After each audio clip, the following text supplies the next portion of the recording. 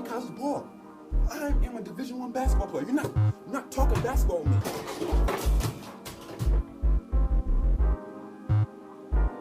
That didn't go well.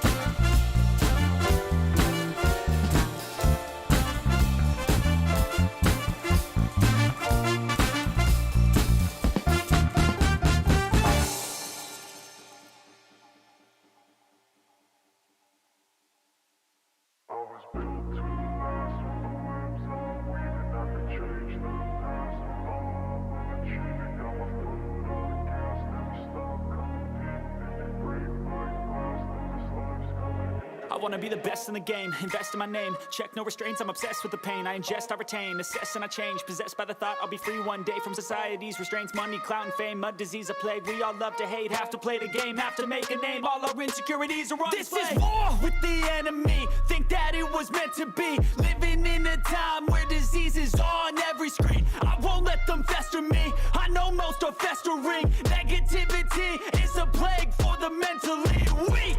No mercy, all I got is working. Never stop searching, never quench the thirsty. I'm toxic and psychotic, with this logic you can't stop it. It's been chronic since I was a boy, so neurotic and chaotic. Built to last with the webs I'm weaving. I could change the past with all I'm achieving. Got my foot on gas, never stop competing. If you break like glass, then this life's gonna eat 'em. Make mistakes real fast, then you learn how to beat 'em. If you take off the cast, you can see all the healing. If the pain's in the past, move on from the grave and put your foot on the gas. No, never stop competing, yeah. I've been doing this, I'm on it. I just wanna be iconic. Sipping on a gin and tonic, got me going off when I'm on this topic, yeah. If I ever play, I want it. You know that I'm always honest. Stay away from those who are toxic. Keep them out your face, no way, you don't want them, yeah. Don't try to drain my energy. The enemy is everything. It's mentally, unhealthily, spreading like a rare disease. But I won't let it get to me. I don't need your therapy. I can leave a legacy of leading by intensity. Come on, we can fight this. Freedom is priceless. Spread just like a virus. Living in a crisis. Do you feel courageous? Do you seek greatness? Trust me, you can take it. Go on and take your aim. Yeah. Built to last with the webs I'm weaving. I could change the past with all I'm achieving. Got my foot on gas, never stop competing. If you break like glass, then this life's gonna eat 'em. Make mistakes real fast, then you learn how to beat 'em. If you take off the cast, you can see all the healing. If the pain's in the past, move on from the grave and put your foot on the gas. No, never stop competing, yeah.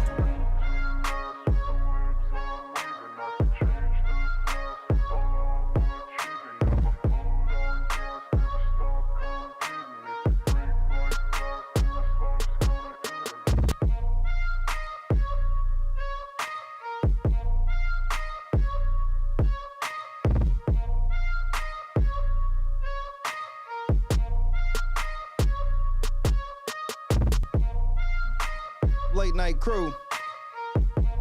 What is going on, man?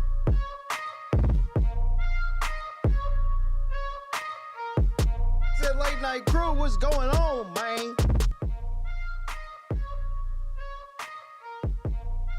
Happy motherfucking Wednesday. It was just Taco Tuesday. It was just Taco Tuesday, but I actually had tacos on Taco Tuesday as well. I had a marvelous Taco Tuesday, I must say. I just want to start off by saying that, man, God has been so utterly great to me. It's unreal, bro. If you have not given your life to God, you should do so immediately.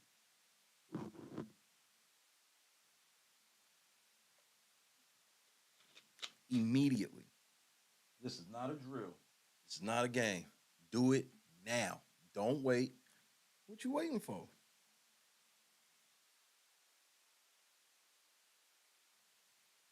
Now. Excuse me right quick. Yo, what up, people? Kanye West is now in the building. The Rock is in the building. I'm with the truth. By the way, I made that beat the truth, but I'm with the truth right now. Metro G. Got a question for you, better answer now. Answer now. Am I original? Yeah. Am I the only one? Yeah. Am I sexual? Yeah. Am I everything you need? You better rock your body now. Everybody. Rock your body. Everybody. Your body right. Easy's back. All right. Okay. Now I'm officially ready. How is everyone doing? Say what's up to your boy. Chadrick, Susan, Anita, Boston, Crystal. Yeah. Chad, for you to call it El Pollo Loco is racist. Let's just go ahead and get that out the way. Because I see y'all starting off with the racism early. But that's what I'm here for. I'm here to call it out. KS Dub. Yeah.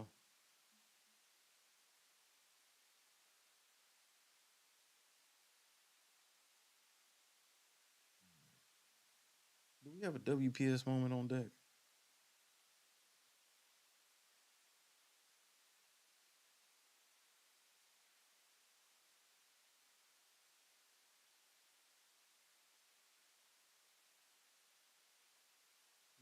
Back. All right. I did know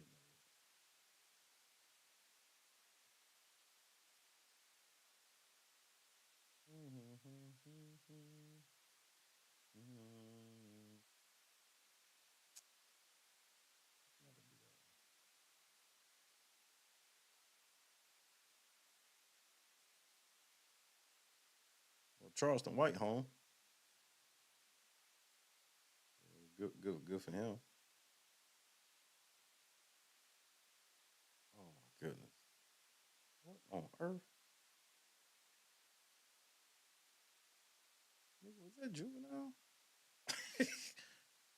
Oh no. So, you know what? Let me show y'all this first. This popped up in my feed on some of the most random shit ever, okay?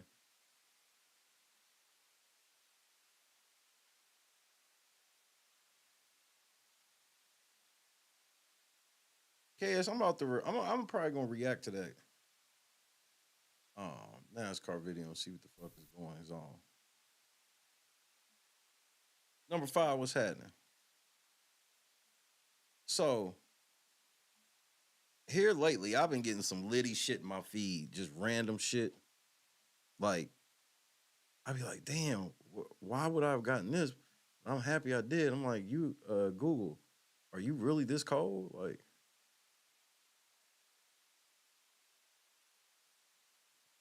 I couldn't believe it. I read it and I was like, well, this is, what is this, inspired? You know how people will name something, and it's like, that's inspired. Juicy Couture inspired. Bitch, that's bootleg. No inspiring that. That's bootleg.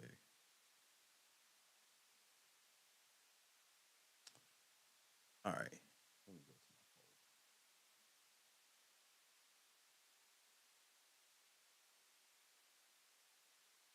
So,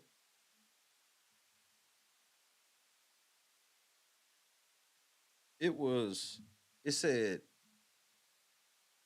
let me just read exactly what it says so I ain't messing it up. Kmart in-store Christmas music from 1974. So this is the shit that they was playing in the stores in Kmart in 1974, okay? During holiday season. Tactical nuke incoming! You're doing awesome, number 5. Hope everything's good that way. Merry Christmas, niggas.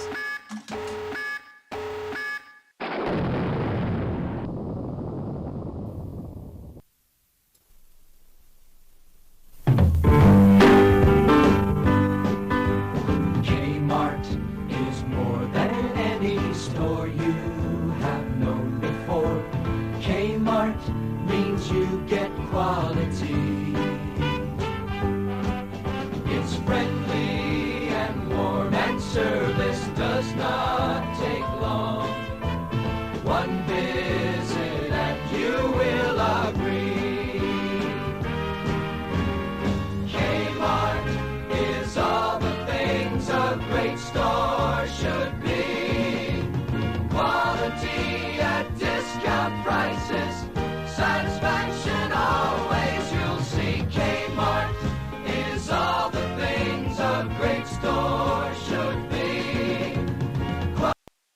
Fun fact, first chick I ever smashed worked at Kmart. Quality at discount prices.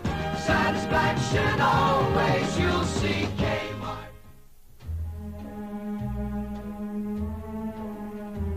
And then they go into like these Kmart version Christmas songs, like these instrumental joints. There's definitely some shit you would have heard while you're in the store.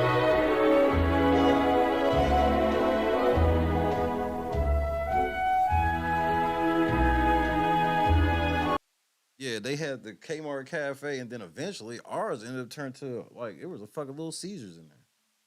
But blue light specials and shit, I used to go with my grandma and shit all the time. There was one right by the house.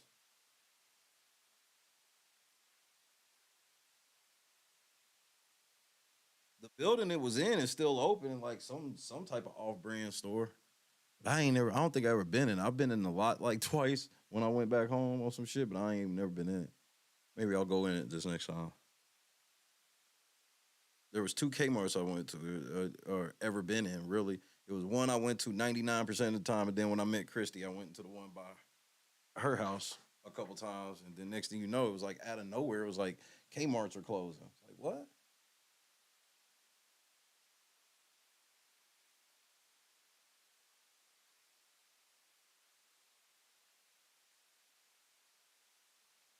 Shit. Toys R Us is closed. Like, how did y'all fuck that up? How do you fuck up Toys R Us? That just seems like that's a place that should never go out of business. Because it ain't like people stop buying toys. They just stop buying toys from them.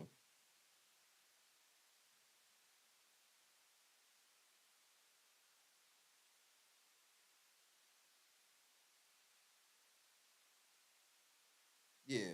Chad talking about like a snack bar. Nah, Chad, they had like a whole, like, they had where you could sit down and everything. It was like a whole bunch of shit.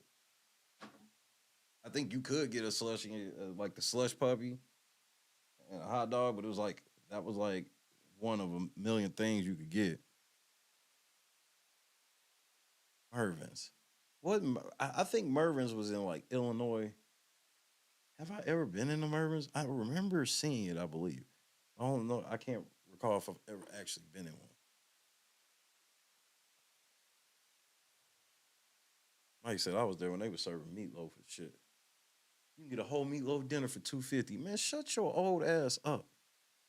Shut your lying ass. Black people wasn't even allowed to have $2.50 back then. So I know it didn't cost that much. Allegedly. It's all alleged. First of all, does anybody have any good holiday plans? I got a better question. What is the one thing it's an actual thing? I know it's always Jesus first, family, all of that. Let's say all of that is in place. What is one thing you would like to have under your Christmas tree this year for yourself? What is cow doors? I don't think I've ever heard of cow doors.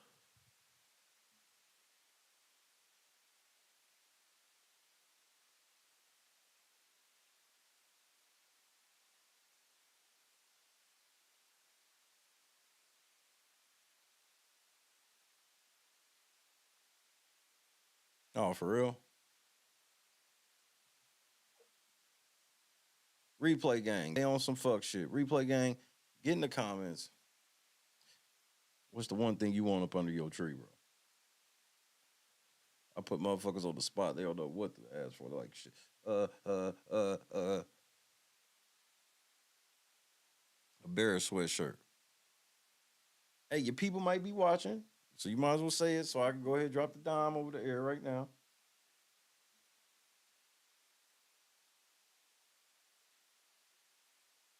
And sex. Sex will not be placed up under the Christmas tree. I don't. How is that going to be put in the box? What is it, a coupon or something? Jesus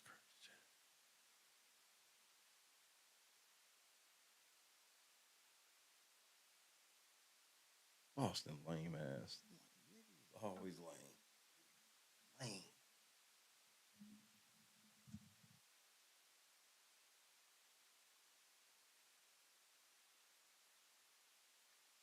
I didn't ask what you needed. This is what you want. Everybody always wants. This is always something you want. That doesn't mean I'm just saying like a gift that makes or breaks your Christmas. That's my whole point. Is like this gift is inconsequential to all the actual great shit of Christmas.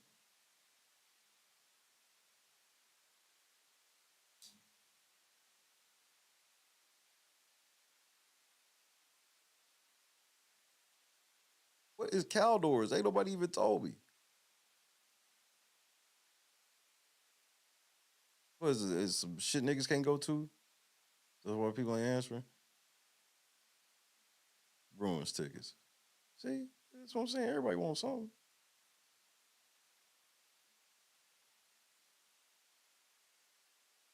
Caldors is like a Kmart. Department store. Let me see if I can see what a Caldors looks like.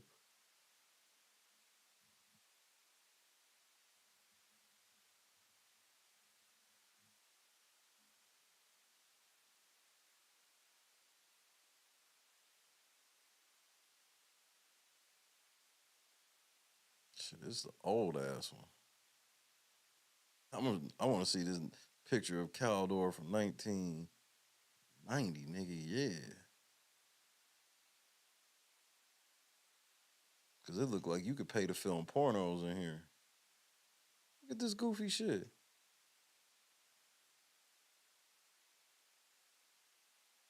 OG Caldors.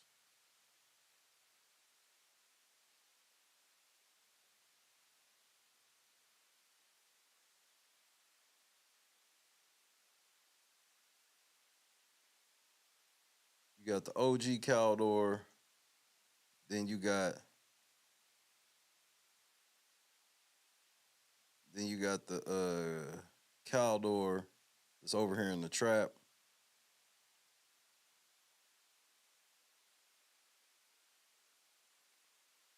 This is the one the niggas go to.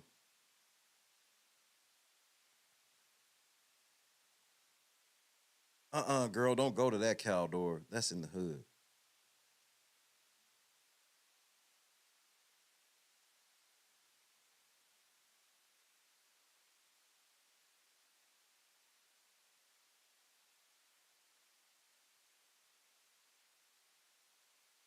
Go to the one on the north side.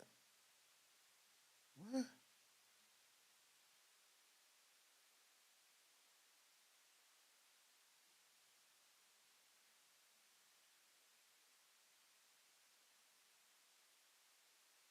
A lot of is Caldor out of business?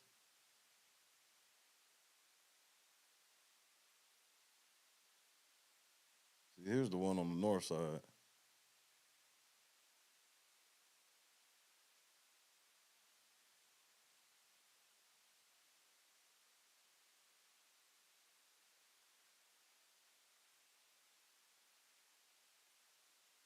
Dig was happening.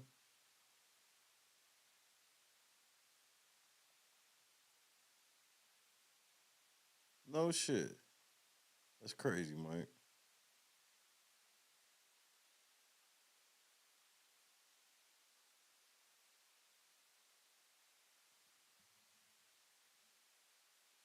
You know what I want for Christmas? I want a Chi Chi's work shirt.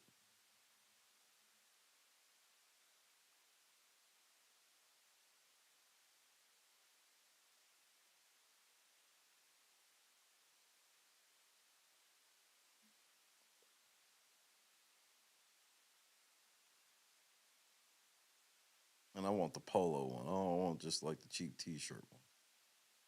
That was the one you wore if you ain't have your good one. I don't want a good polo one. Bet nobody got one. I don't know what happened, man. Shit, it's probably still at the house. Real shit.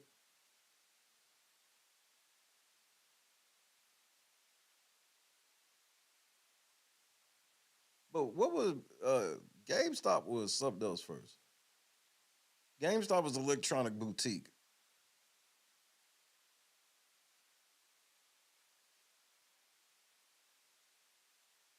Cause I remember, bro, because I went to all of them because it was Funko Land. I think Funkoland and Electronic Boutique merged and became GameStop.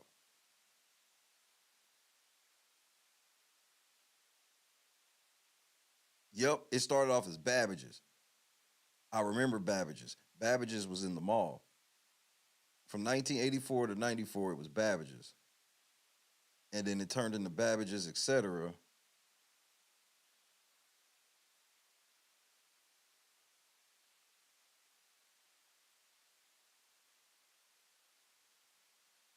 Because Babbage's was in the mall. I remember that shit. That's crazy. This was this long ago. So then, in 2005, Babbage's and them Funkolands, which were electronic boutiques, they were all acquired under one umbrella for $1.44 billion and became GameStop. Damn, I was right about that shit, bro. You can tell I've been playing video games my whole life. Because the store never really changed. It was just like the name changed like through the years. So when I was a little kid, it was Babbage's. And then when I got older, this shit became Funkoland. But some of the other Babbage's became electronic boutiques. And then electronic boutiques became EB Games. And then they went under that merger. And then all them shits came together and became GameStop.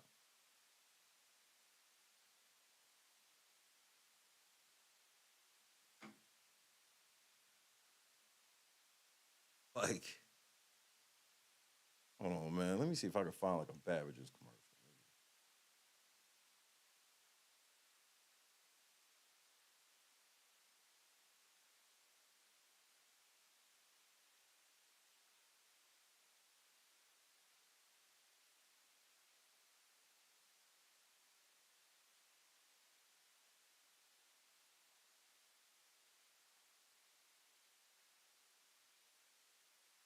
That's crazy. Somebody's made like a short video of a bunch of pictures of the motherfucker. Bro, I'll take that for sure. For sure. Babbage's is literally Nintendo days, nigga. Babbage's and Toys R Us is where I got all my Nintendo games growing up.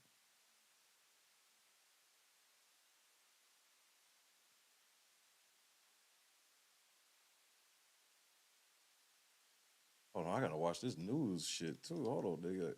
Let's hit this nostalgia rabbit hole one time for the one time. You don't want to hit it? Get the fuck out, bitch. I ain't nobody ask you, whole ass nigga. You think I asked? The fuck?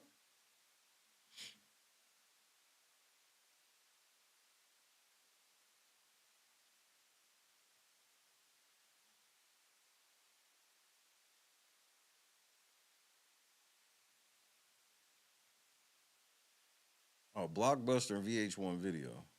Me. Nothing but bad bitches in here tonight. Bad bitches only. Bad bitches who I fuck with. I like bad bitches cause they like bad bitches too. Bars. I remember going there, bro. Because next to ours was the corn dog and lemonade stand. Yeah, we had Hollywood Video. Hollywood Video came last for us. Yeah, we had Blockbuster, and then like the local shit was VH1. And that's where I used to get all my wrestling. I used to rent like pretty much every wrestling pay-per-view would come out on video like basically 3 weeks later. And so I was basically 3 weeks behind on wrestling always until like Raw came out. And the motherfuckers would be $1. I would rent all these different WrestleManias and shit for $1.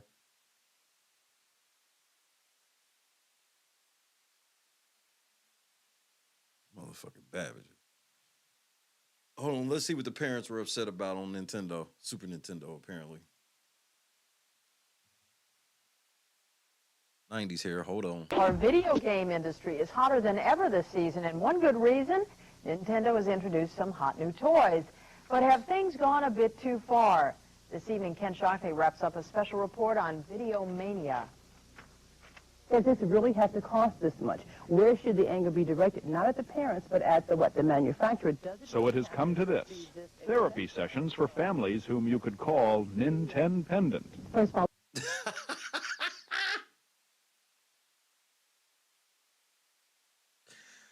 Nigga, you want to make a kid go outside, take their PS5 away and give them a Super Nintendo.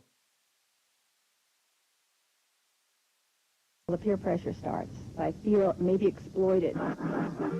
Psychologists' offices might get more crowded this holiday season. Just in time for Christmas, the Japanese toy maker Nintendo has come Get that Japanese Nintendo, nigga. out with a new set of electronic video games. At $200, a Super Nintendo setup costs twice as much as the old system. And $200. And I bet it came with a game and controllers and shit. It probably came with a game, 2 controllers. Because the $200 version, that was the deluxe version. Because you can get a Super Nintendo for like $130. you can't mix and match. For the money, the company promises better pictures, sound, and adventures. They did. Some of the new games look like updated takes on fairly well-known formats. In the racing game of F-Zero, you're in a futuristic race car. Oh, I guess I should watch where I'm driving instead of... Nigga, first of all, nigga, not y'all trying to diss F-Zero, one of the greatest racing games of all time. talking. The 3D effect, as you can see, is pretty good by video game standards. With a nice clear stretch, even if I am in reverse. Let's see if we can't turn the car around right about now. If you're a real good player, meaning you've got the skill of a 9 or 10-year-old, you can even try to jump your car.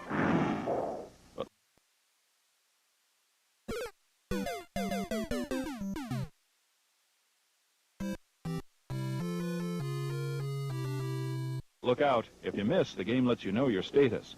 Some parents are refusing to be taken in. I'm going to say no, and I'm going to explain to him how people market things to make you spend more money. What? No, there's got to be a better reason than that. That's what it is, bro. That's the world we live in, bro. That's why I just literally just asked, what is one thing you would want? Because we are programmed to always want something. Always. Niggas who got more money than we could ever dream of want something. Nintendo controls 80% of the video market, though some game players prefer the pictures of its competitor Sega. But no matter how you play the game, or which game you play, things definitely have come a long way. First of all, they don't realize how epic this game coming out is. Bro, you can get on YouTube right now and just search Super Mario Maker, and you can watch people. It's probably niggas streaming live right now playing Mario Brothers. Basically Super Mario, all the way down from 1 to this shit and above, and like Mario 64 and shit. Since Pac-Man. Ken Shocknick, Channel 4 News. Crazy. 1991, nigga.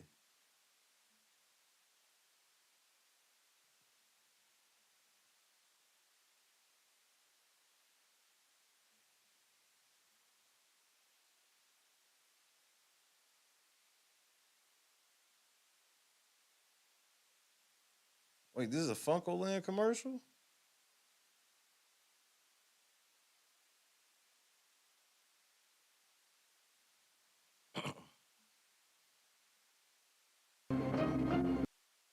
This is crazy. It's crazy the stuff people have and be uploading on YouTube. Like, it'd be insane.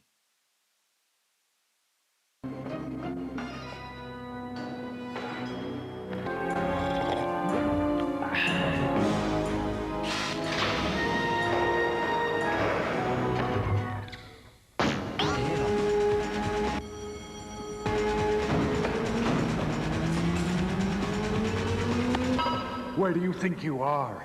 Funko Land? Yep, that was the motherfucking shit.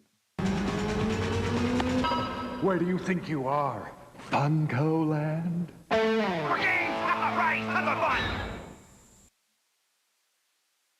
PS1 was lit, bro. Remember when people found out when you got PlayStation 1 and you would get ready to play Tekken, and while Tekken was loading, you got to play Galaga, and that was like the most futuristic shit ever. You're like, nigga, you get to play this motherfucking game while the game is loading? I mean, y'all kids are spoiled now. Y'all don't know shit about loading games. When you was loading certain shit, You get it loading and you go get your drink and all that shit while it's loading.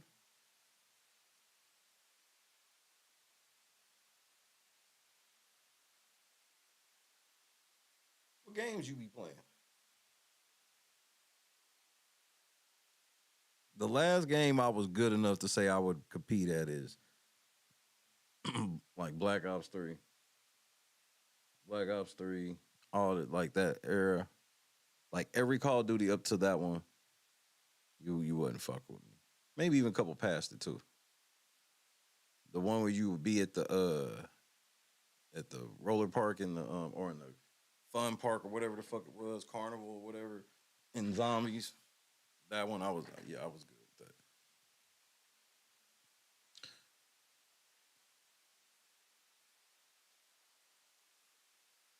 That's why I used the nuke. That's homage to that, bro. That was like I remember the first time I got one.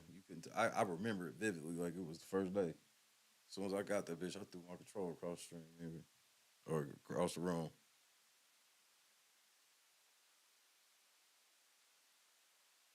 Sega ain't never left. Shit, Sonic still popular? Like enough. I mean, I don't think Sonic was ever rivaling Mario.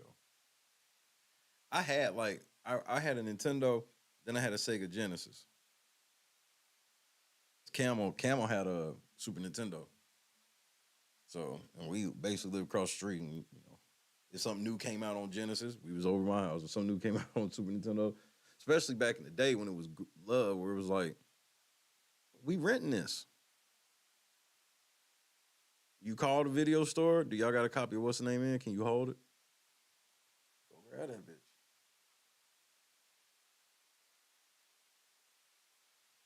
Have some of your friends spend the night Friday night. Have your mama take you to the video store and go ham, nigga.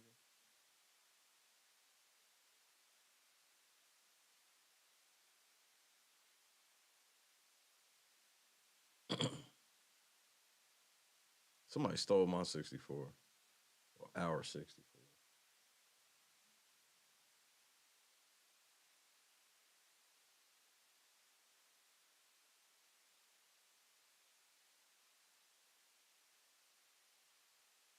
Gallagher. Retro, as far as retro games are concerned, I can always play an old school pinball. Like, I'm okay with the newer pinballs with all the, extra bells and whistles on the game. I'm definitely lit with those, but I definitely love retro. Like, if I was to ever have a real, like, basement boom boom room type situation, I'd probably have 2 pinballs. I would want an NBA Jam arcade, original one. I would want a Killer Instinct 2, and then 2 pinball machines. GameCube, that was the introduction to Smash Brothers, right?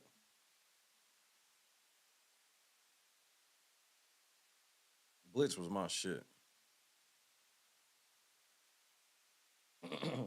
Blitz and Showtime, I was unstoppable. Like, I'm still unstoppable in Showtime. There's no way you could beat me in NBA Showtime, which was like the updated jam. I had my character. My character was always Boomer. Like, my created character, I would have him Boomer. Bust your ass with Boomer. Do I play Fortnite? Nah. I was just like whenever I was gonna learn this shit, I was like, I'd rather play Call of Duty. I'd rather around clapping motherfuckers without having to build this fucking house in midair and all this other goofy shit. Definitely a zombies guy on Call of Duty. But I was a multiplayer. Like, I'm telling you, like, Black Ops 3, that was peak unstoppable. Like, motherfuckers wouldn't fuck with me. I was proficient with so many weapons. I remember getting so good that I was running around with tack knives. Like on Modern Warfare 2, I got so good, I was running around with the combat knife. I wasn't even using no gun. I got so good. The only thing I had never got good at on Call of Duty and never wanted to was sniping. I would have diamond guns on like everything except sniper rifles. And then when on Call of Duty 3, when they start coming out with goofy ass melee weapons, like baseball bats and boxing gloves and shit, Like, if you piss me off on multiplayer, I'd start running around the fucking map with crazy melee weapons, laying motherfuckers to sleep. I would get on extreme petty shit.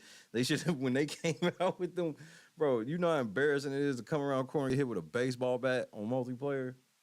You cussing your screen out on some shit like that.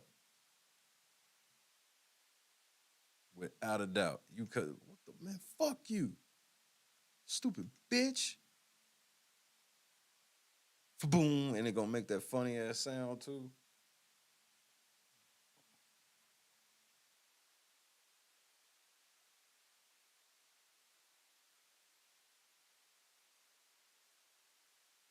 All right, I guess we can get to some actual reacting of stuff. But oh shit.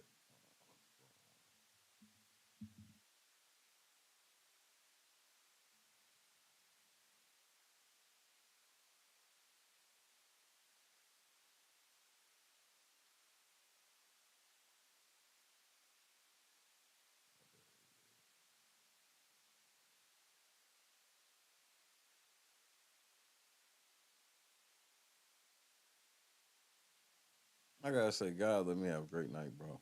I can't say it enough.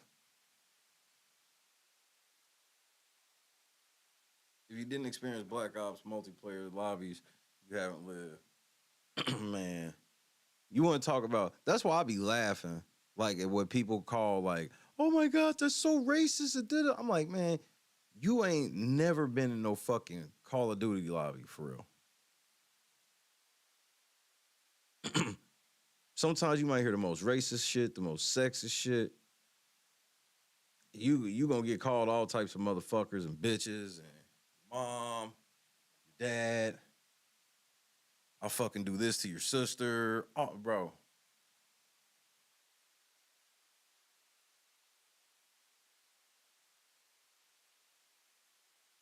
You got your headset on. You hear a little, yeah, man, fuck you. Your fucking mom is a bitch. You fucking glitching motherfucker. Dumbass motherfucker, your mom. You be like, what the fuck? We was all, bro, and we ran, bro, and it would be funny because it would be like, it was like me and like 4 other people basically would run every night for like 2 hours. And like when people get off work and shit, we would run for like 2 to 3 hours. And nigga, we would go on public chat and just sometimes we would just go back on private chat. We'd be on private chat just clapping motherfuckers. We ain't gotta talk to y'all between matches at all, bro.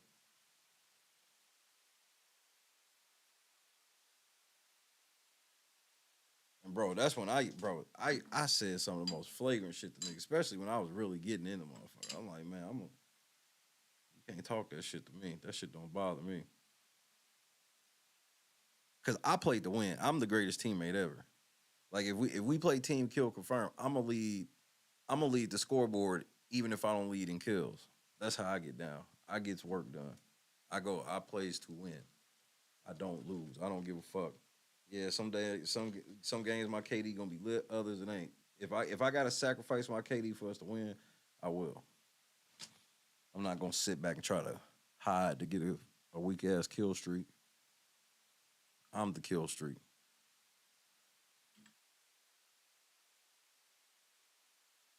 Me and my homie from Tennessee, like if Call of Duty would come out, like, bro, see you at midnight. And this is back when you still had to go to the store at midnight.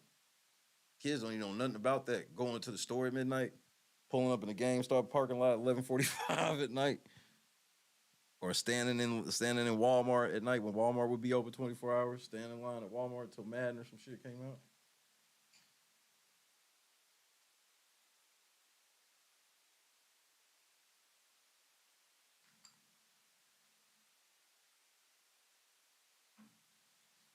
I play to win, and I learned that bro, especially when they changed the system, when Call of Duty changed the system from being a kill streak to a score streak. I was like, now I can actually play really good Call of Duty.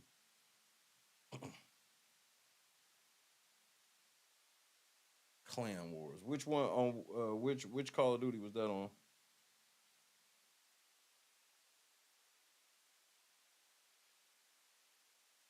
I got so good at zombies. I was real heavy in zombies because I got so fucking good at it. But it's hard for me to leave multiplayer alone, especially short, fun maps. But I do like big ass maps too. Is that the shit where you would sign up on the shit on like online and whatnot under like your Call of Duty account or whatever? Is that the one? Up under that shit?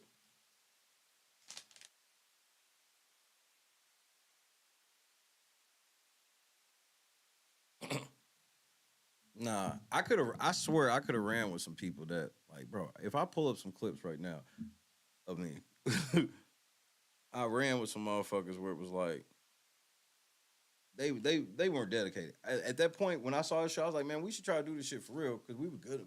It was hard for us to lose. It was hard for us to lose, and then I started watching niggas play for real, and that's how I got better. When I started watching people play for real, I'm like, bro, and this was before they even like started the other shit because I wanted to know like if we got in a match where niggas was just like 4 or 5 helicopters going off and you basically spawn trap, I'm like, how'd they do it? And how can you stop it?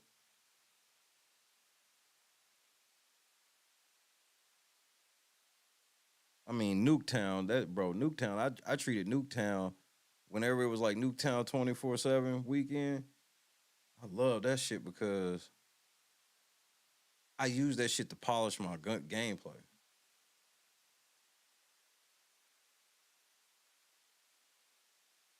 Nuketown made me better on other maps.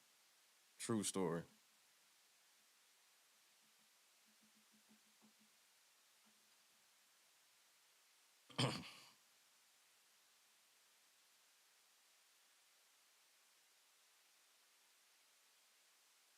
Like I remember the first time I got a diamond gun. It was just the most amazing thing to me. So I was like, oh, bro, because like I remember when I first started playing in certain achievements where it was like to get this camel with this gun, blah blah. Blah. I'm like, what the fuck? Yeah, right. Next thing you know, I had diamond everything except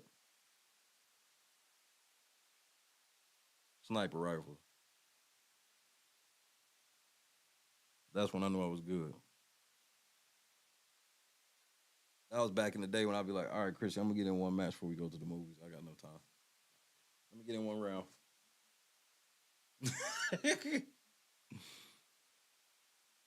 Oh, bro. I bet if I got on my old Xbox account, which I still have, I could pull up motherfucking messages. Man, fuck you, bitch. Hacker. The amount of people who've called me hacker, that's the greatest comment. When motherfucker accuse me of hacking, I'm like, I do not know how to hack this game.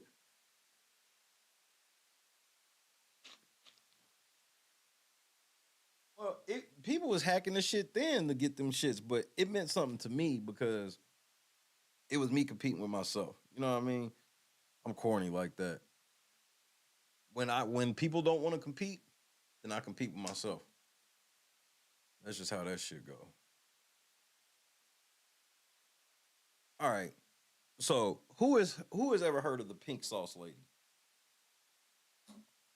Have you ever heard of the pink sauce lady? 1 for yes, 2 for no.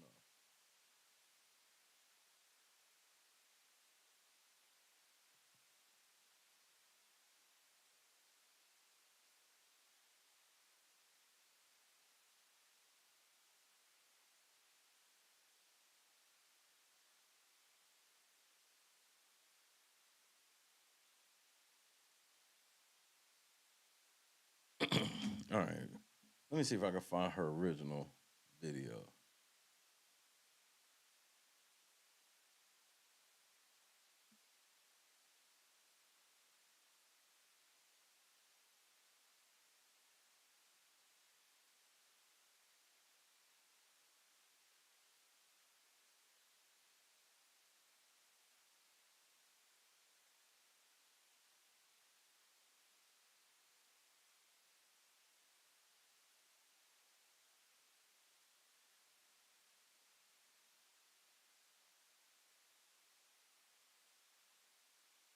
Hold on, here we go.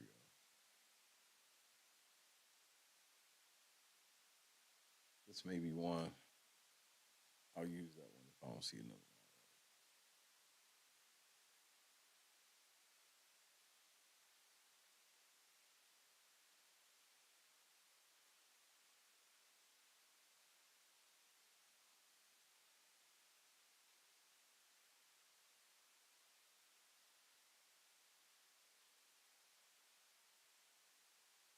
All right, let's try this one. Let's try this one. Tactical nuke incoming!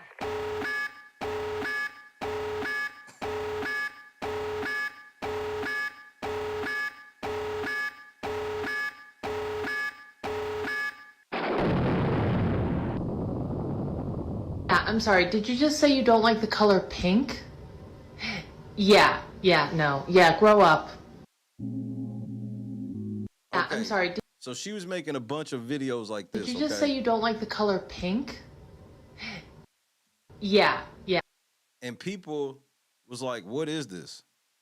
She wouldn't tell people what it was. It was just like some pink sauce, and then she would make these videos showing herself eating it and whatnot.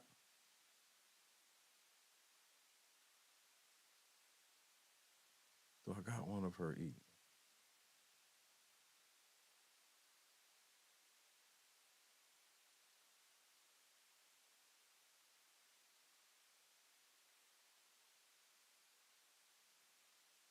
All right, fuck it. He'll probably show it in the video we about to watch. This chick, she made this pink sauce, right? And I remember when it first started. And I was just like, why would I want this sauce? And she, you ain't telling nobody what it is. It's just pour this pink shit on your food and it looks good and it tastes good. Look at me eat it. Somehow this bitch got a deal and this shit was in Walmart. I remember walking to Walmart and I was like, what the fuck? Y'all put this ratchet bitch shit in Walmart?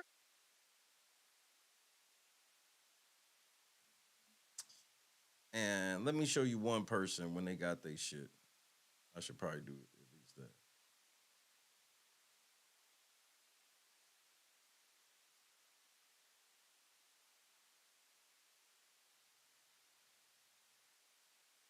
Because then it went viral because people went viral being like, please don't buy that shit. Like, what you mean don't buy it?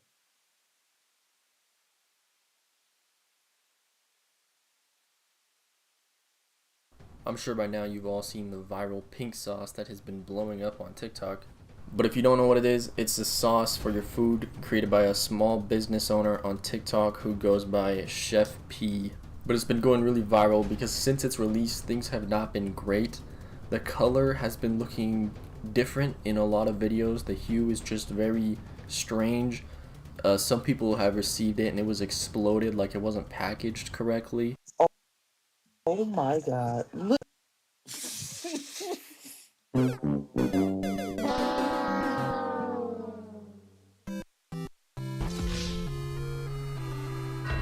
I love you.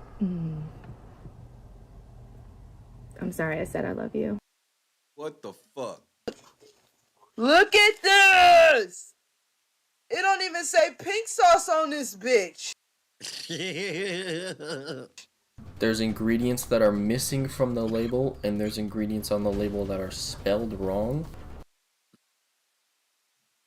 All in all, I definitely would not recommend buying this pink sauce because you never know. You actually have no idea what you're consuming because the nutrition label is just terrible. I don't know how this is even legal, honestly. Anyway, that's it. Don't buy the pink paint. Stay safe, and see you later. Hold on. Let me let y'all hear her talk about her shit being, whether or not her shit is FDA approved, okay?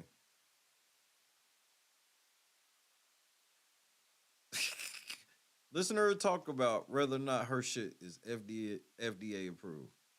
And this just shows you how companies try to rip everybody off at one time, try to rip the consumer off and the person they use to sell the product. What do you mean FDA approved? I don't sell medical products.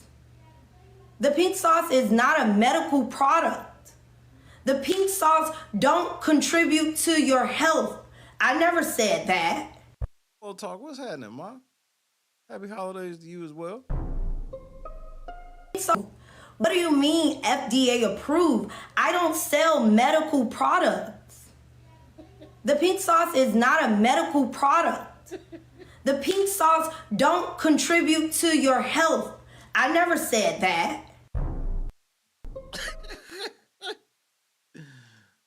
Well, nigga, let's get into it.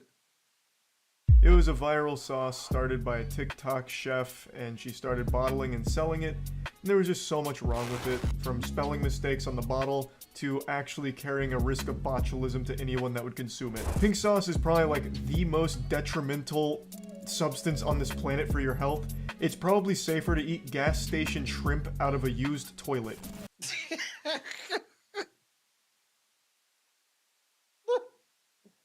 Today, when I went to go open it, something is not right. Man, I hope all well over there, Ma. The smell that's coming out of this bottle, something is wrong. It's rotten. So I pulled out the bottle and I opened it up and I had to stick my finger inside of it, but there is a piece of glitter. Is it edible glitter? Am I going to die? Is it safe? Edible glitter. Approved? What do you mean FDA approved? I don't sell medical products. The pink sauce is not a medical product. Y'all, so when I first started pouring, I was like, oh my gosh, this is like so dark, but it tastes good. Pouring the one that had the lighter color, and oh my gosh, I was like, oh. Because so many people out there are fascinated with putting weird things in their mouths, the rise of the pink sauce lady pause was started. But as you guys may have already known, there was a big steep decline with her.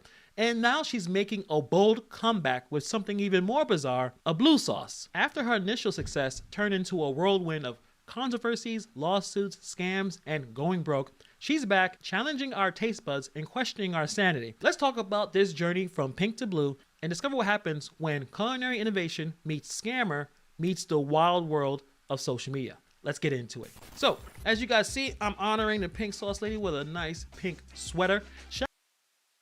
Oh, nigga, you gay. Shout out to the OG of the pink wear, Cameron. Oh, nigga, you gay. You doing that back damn that 20 years ago, letting us all know that. Man, look, here's what ended up happening. I don't know if he go hit it, Seneca. The bitch kept wanting to advance on her money to the point where they was like, they not giving her no more money. And she blew all the money and didn't even have a place to stay. She went and bought some titties before she bought a place to stay. Titties. Men could look good in pink. Pause. So before we go to the blue sauce, let's talk about the beautiful edit. Rise and fall of the pink sauce. The pink sauce lady, Veronica Shaw, created this unique bubblegum hued condiment, and it quickly captured attention of a lot of people on TikTok. With its distinctive color and taste, the pink sauce became a viral sensation overnight. Shaw's TikTok exploded, and a lot of people were interested in tasting this weird looking sauce. It became I have to agree. Cam is the same reason I want a Range Rover as well. You see the motherfucker flying around that motherfucking G-Wagon and shit, nigga? Oh, you niggas ain't gonna do nothing? You niggas ain't gonna do nothing? Motherfucker riding around here in a pink Rover and shit, nigga. Niggas gonna ride me with a motherfucking pink Rover, nigga. We're gonna take all this green money and go count it in our pink SUV. You have a good night, fellas. So popular, Shaw was able to secure a deal to place her pink sauce in Walmart stores. A significant milestone. From the streets did she emerge, and to the street she will return. She belongs to the streets. Those titties. For any aspiring culinary entrepreneur, this leap from the home kitchen creation to shelves of one of the largest retailers marked a significant achievement in Shaw's career. Before the pink sauce, Shaw was an inspiring chef and content creator with a passion for culinary creativity. Hey guys, it is your girl, Carly P. Today we're gonna be making these lovely Fruity Pebble Rice Krispie treats. Okay. You cute and you make Fruity Pebble Rice Krispie treats? Okay, you starting off good. She used TikTok and YouTube Then you ended up here. as a platform to showcase her culinary skills and unique creations. The Walmart deal was the pinnacle of her success, symbolizing the transition from her home-based creation to a commercially viable product. But obviously, the high didn't last for long because the fall was coming through. So let's get into it. Shaw's meteoric rise was met with significant challenges. Most of the challenges were brought upon herself. One of the earliest issues was the lack of transparency regarding the ingredients of the pink sauce. Yeah, that would be a problem. Consumers raised concerns about what they were consuming, which is weird of why you would even buy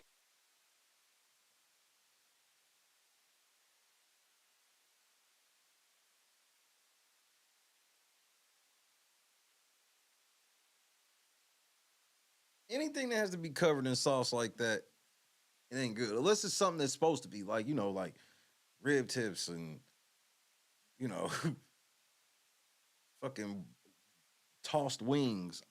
Bitch, what is this fucking pink drumstick? if you don't know what's in it. People are weird. Highlighting the points of transparency. That shit don't look good to me. I'm sorry. That's some shit that I would be like, I would get it to impress a bitch like you. Man, she'll let me fuck if I get some of this pink sauce popping off. In the food industry. Today, when I went to go open it, something is not right. Well, that's what your white ass get for listening to her. You didn't see that in her? You heard that something was not right, and now you surprised that the sauce came and something is not right? The smell that's coming out of this bottle, something is wrong. It's rotten.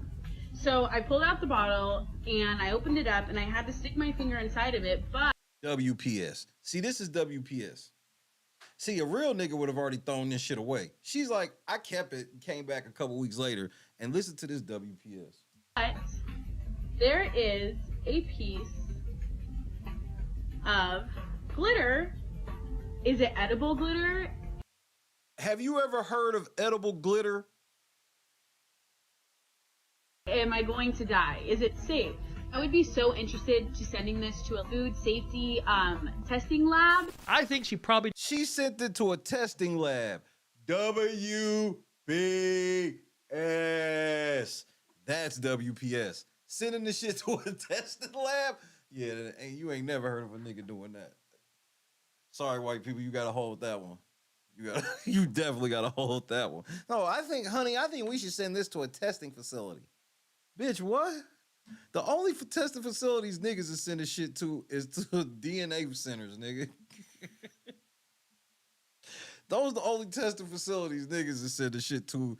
They swabbing a little baby mouth, sending that shit off to the testing facility. That's the best you gonna get, nigga.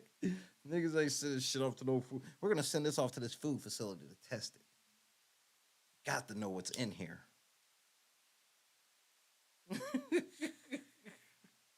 Didn't want to tell anyone about it because she thought it was some kind of secret sauce. Maybe she thought she was like the KFC Colonel that has the secret herbs and spices. But at the same time, people need to know what is in this weird looking sauce that doesn't look natural at all. The pink sauce was reportedly produced in Shaw's home kitchen. This raised serious food. What was that? But at the same time, people need to know what is in this weird looking sauce that doesn't look natural at all. The pink sauce was reportedly produced in Shaw's home kitchen. With her hair was probably out like that too. She made all of the sauce in her kitchen. You didn't go rent a lab or nothing. Because here's why I say it. She hyped it up so much that by the time she actually produced it, nigga, she could have had somebody front her, bro. She's so stupid. This raised serious food safety concerns as the sauce was shipped without proper refrigeration, leading to complaints about it smelling rotten. The hue is just very strange. Some people have received it and it was exploded, like it wasn't packaged correctly. Oh my God. Look at this! Furthermore, the sauce was not FDA approved. And the pink sauce lady knows a thing or two about the FDA. Why? Tell them that is human nature. Why? Is this bitch so dumb? Oh, don't talk about the FDA. Tactical nuke incoming!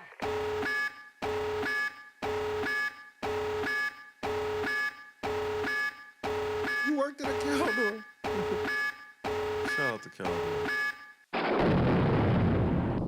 What do you mean FDA approved? I don't sell medical products. I'm losing my motherfucking mind, man. The pink sauce don't contribute to your health. I never said that. This is some shameful shit. a critical oversight for any food product sold commercially. Shaw also faced criticism for I'm not buying no sauce from a bitch with a king size bonnet. I'm not doing it. And by king size bonnet, kings don't wear bonnets. She took a king size sheet and made a bonnet out of it. handling of customer complaints, particularly those related to food That's poisoning. a king size fitted sheet. She has somehow turned into a fucking bonnet. King. If you knew I had a problem with it, you could have contacted me and I could have turned around. And I'm not a hateful person. I could have been like, wow, Chef Pete contacted me. So you're saying that you contacted me? No, I'm saying you never contacted me. Okay, but why would I contact someone who's fabricating something on the internet? So I pulled out the bottle and I opened it up and I had to stick my finger inside of it, but there is a piece of glitter. Is it edible glitter? Nothing was fabricated. To be honest, you're not special.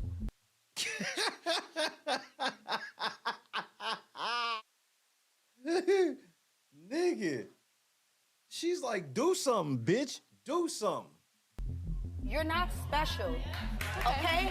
So why should I lose my mind and approach you directly when you're fabricating something on the internet? This situation was exacerbated by inconsistent labeling on the product, which added to the confusion and potential safety concerns. Another major hurdle was the challenge of scaling up production to meet the overwhelming demand. Shaw struggled with managing supply chain, sourcing ingredients, packaging, and inventory management, all essential components for a sustainable, thriving business. Complicating matters further was her partnership with Dave's Gourmet. Legal battles and financial disputes suggested potential misunderstandings or just mismanagement of business agreements, contributing to her business downfall. So, she was down bad, facing many controversies. The pink sauce lady faced severe financial difficulties. She got a nice booty, though. Public statements revealed a dire financial situation, where she claimed to be surviving on just $20 a day. How did you fumble this bag? $20 a day. This was a stark contrast to her initial success and raised questions about her viability of her business model. You know, like knowing what the hell you're doing. And in response, the pink sauce lady initiated a GoFundMe campaign seeking financial assistance to address her disputes with Dave's Gourmet. You use us to get big, you don't give back, then you go broke again and need our help again. Unreal. Accused the company of failing to pay her and lacking transparency in their dealings. However, the campaign struggled to meet its goal, indicating a lack of public support for Shaw in the light of her recent controversies. Probably because of her reputation and how badly she was doing things in the beginning, it was unlikely that Dave's Gourmet was the bad guys in this situation. And this situation even took more of a severe turn when Dave's Gourmet considered filing a defamation lawsuit against Shaw. This was in response to her allegations made in the GoFundMe campaign. The legal considerations marked a significant breakdown. They paid her $120,000. She burnt through all that money and asked them for more because she had, I think it was like $1 million or $2 million deal, but it was like she had to meet certain benchmarks. You know what I mean? Then it was like they either gave her 1 or 2 advances on her money, being nice. She blew through that, asked for more. Then they said no. And the moment they said no, this bitch ran to the internet, was like, these niggas won't pay me my money. I'm working for them, and we supposed to have this deal, and they ain't give me the money they owe me. And they came out and was like, bitch, we giving you more than we supposed to already. Then she tried to play the shit like, oh, it was a misunderstanding. She thought she was getting all the money right then. And why would they give you 7 figures of money up front? Who are you? in their business relationship, in the financial disputes, and contrasting narratives between Shaw and the company, adding layers of nonsense to this issue. In her latest venture, Shaw finally unveiled her blue sauce on TikTok. All right, y'all. So when I first started pouring, I was like, oh my gosh, this is like so dark. But it tastes good, but I didn't really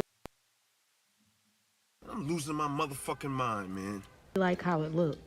Now this bitch got blue ranch dressing. once I started pouring the one that had the lighter color, and oh my gosh, I was like, oh, this is it, right? But at the time, I was formulating a sauce, so I was like, you know, what's range of variation? So basically, you don't know how to control the color of the new. So you done came out with some blue shit, but you don't know how to control the color of the blue. So you making it seem like you, oh my Lord. Or what if somebody wants their sauce darker, but then the other person wants it lighter? Or what if they wanted to customize the entire hue of it? And then that's when I thought about it. Oh my gosh. This creation, categorized by the bright blue color, is another bold move by Shaw to maintain her presence in the culinary industry, or whatever you want to call it. Chicken and a pepper face ass. Despite her enthusiasm, the reaction from the public has been mixed. Social media responses have been ranged from critical to just being humorous, with some people expressing My guess is ranch and pink food coloring. disbelief in the new creation. The viability of the blue sauce as a commercial product is uncertain, as it appears to be received more as a novelty than a serious culinary condiment, just like the pink sauce. She's made too many mistakes for her to think that just because you come with a new sauce that looks weird, believing that she's going to have the same level of success as she had in the first go around with the pink sauce. And the problem is with the pink sauce lady, she was growing too fast and she probably needed more help on how to handle a business properly. And the problem is also she's not the most honest person and comes across as a scammer. But let's talk about the critical lessons that she failed as an entrepreneur. Lack of transparency. Her failure to disclose the ingredients created customer distrust. In the food industry, which is already messed up, but it's important to have transparency. It's the key to consumer confidence. Overlooking food safety. The problem is she was so desperate to make as much money as possible, the production and the shipping of the pink sauce without proper refrigeration raised serious health concerns. Obviously, the pink sauce not being FDA approved was a major oversight. She was being too greedy, trying to make as much money as possible. Compliance with regulatory bodies is crucial for legal and consumer trust. Obviously, with bad customer service and handling customer complaints, especially those alleging food poisoning, further damage her reputation. Obviously, she had issues scaling and dealing with supply chain issues, had terrible business relationship management skills with her disputes with basically everything, nigga. With Days Gourmet show a lack of understanding managing business partnerships and agreements. The problem is with many scammers, they're not really good financially with money. Shaw's financial woes and the unsuccessful GoFundMe campaign pointed a lack of financial planning and business sustainability. Just because now she has a... See, she racist too. White girl got the good sauce. Black girl, this is what she get. Yeah, send that black bitch this one. You better not send that black bitch none of that good sauce. Send her one of them fucked up ones. Different color to the sauce does not necessarily mean that she's going to be successful in her business. She's ignoring her business failure. Despite clear evidence of her business downfall, including all the stuff I talked about already, she appears to disregard those problems and continue to operate the business as if her business was successful. A key component for scammers and fake gurus, they will pretend everything is okay. They will not be transparent. They won't be honest. They won't be vulnerable. They will always maintain that they're doing fantastic. Except that one time where she said that she only makes $20 a day. Unrealistic optimism about her career prospects. She maintains a belief that her career was just the beginning and her future in the business was bright despite significant public backlash and evidence to the contrary. And when you refuse to acknowledge mistakes, it's a red flag for business. She seems to deny any wrongdoing on her part, including the mismanagement of her business, her financial issues, and a health risk associated with the product that she was selling. Because of TikTok and social media, she wants to maintain this image of ongoing success and positive development in her business endeavors, ignoring the reality that her situation is going to be really difficult for her to find new business partnerships when people don't trust what you're selling. The problem is with social media that when you become viral, it becomes really difficult to figure out what to do and how to handle yourself. And she seemed like she was making every single mistake. Nigga, I can only give you that to a certain extent. Like, I can give you that man, shit happened fast, and you probably blew through some money a little faster than you should have on certain shit. I get that. How the fuck did you buy titties before you bought a place? She got 3 kids, if I'm not mistaken. And she bought some fake titties before she secured a place for her and her kids to stay. I can only have so much sympathy. Because she didn't have people who knew what they were doing in her circle. It seems like she was more interested in being famous than actually producing a product that's actually worth people's time and their money. Would you be buying the blue sauce? And did you guys enjoy the first sauce, the pig sauce? Let me know. Did you buy it? Did you taste it? Click in the comments below. Thank you for taking the time to watch this video, and I'll see you guys in the next video. It was a fumbled the bag.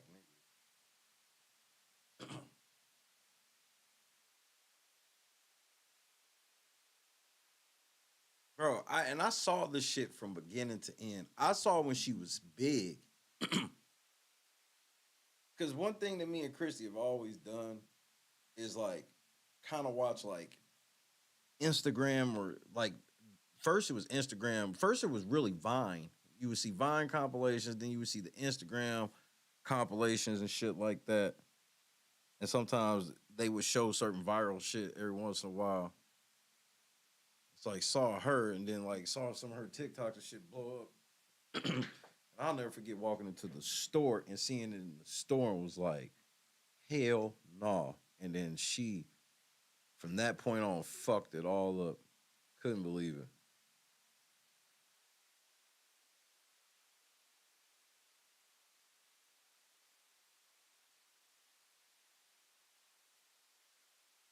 Wait, this nigga was a rapper?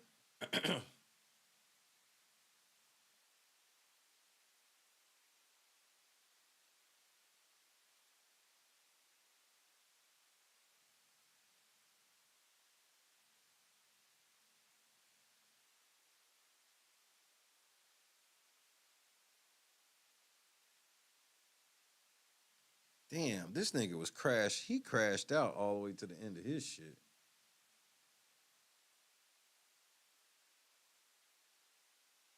So it took y'all this long to get this nigga fucked up? Let's see what... Hold on.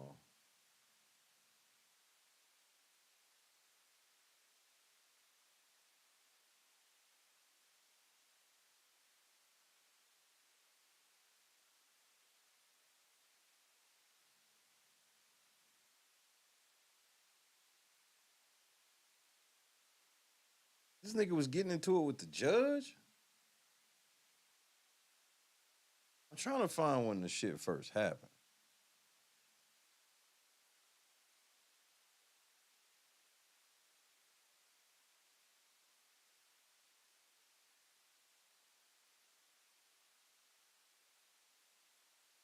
This nigga tried to escape jail too?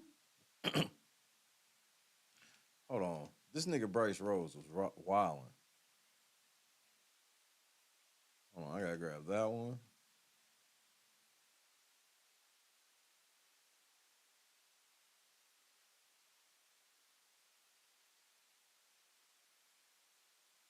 I gotta get this one.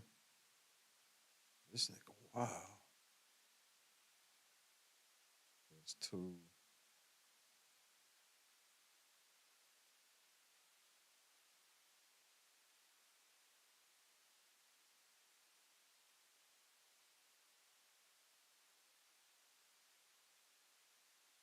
Damn, I gotta get this one. What the fuck? I was like wondering why people cared so much about this dude, that apparently killed 3 people.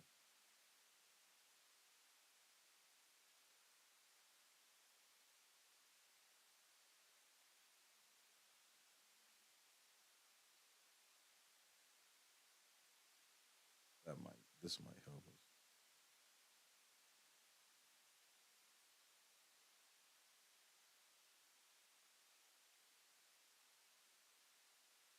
Damn, this nigga's wild. Guess this should be plenty for right at the moment.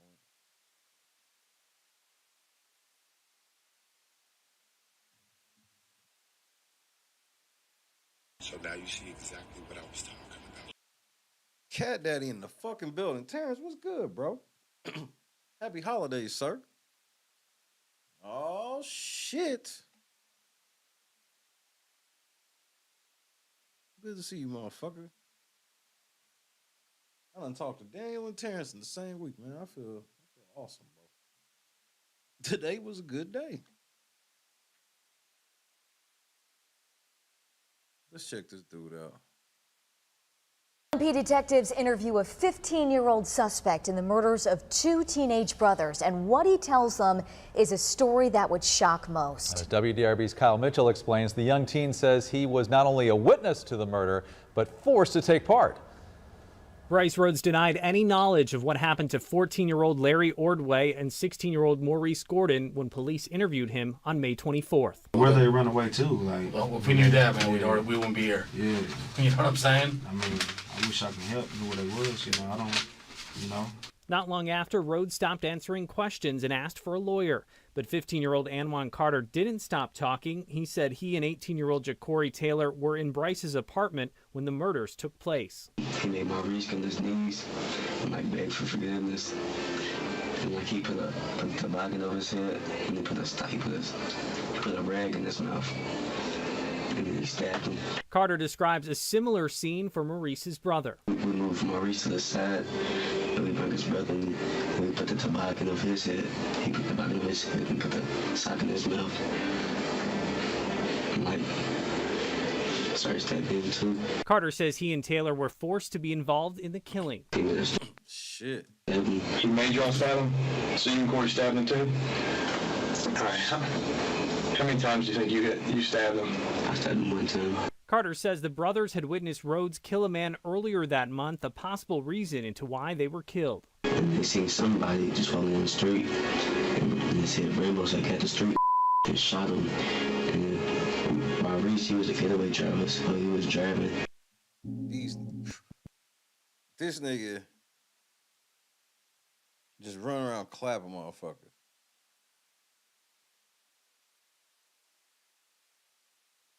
I mean, listen to all this shit he was doing while he was locked up.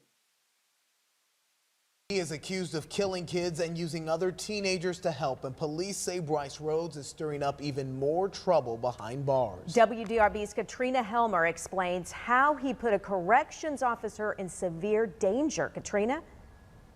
Brice Rhodes was cool, calm, and collected today in court, which is not what we're used to seeing from him. This time, he's accused of using urine to lash out. He's in court again. Commonwealth versus Brice Rhodes. The 26-year-old is locked up, accused of murdering 3 people, including 2 teens. Brice Rhodes, listen to the complaint against you, please. And he's racked up new assault and terroristic threatening charges while in Metro Corrections. Rhodes is accused of acting out, threatening to throw urine on an officer passing by his cell. That He's crashing all the way up. did not sit well with Judge David Holton. Inmate threw urine through the crack of his door, striking Officer Briles in the head, neck, and left ear. Judge Holton entered a plea of not guilty for Rhodes. These are rather insignificant charges against this gentleman in his mind, or in his perspective. Of course, the corrections officer had urine thrown on him yesterday. I'm sure it's not very minor to him. And it's not just that officer. Arrest reports show on October 19, Rhodes is accused of throwing things and swinging a broom handle at a corrections officer, even threatening to kill her because he refused to go back in his cell. Before that, this happened. They got this nigga strapped to that chair, nigga. Oh, shit. They got this nigga strapped to this motherfucking chair, nigga. Hold on.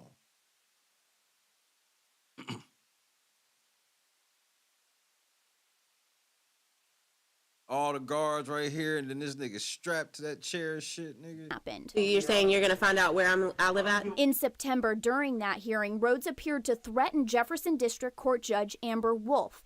You can see he wore a spit mask, and that's because he's in court for an assault charge, accused of spitting on another inmate. And he spit on his own attorney, calling him a coward. So on Tuesday, when it came to setting bond for the most recent charges, He's got $1 million bond. He's not going anywhere.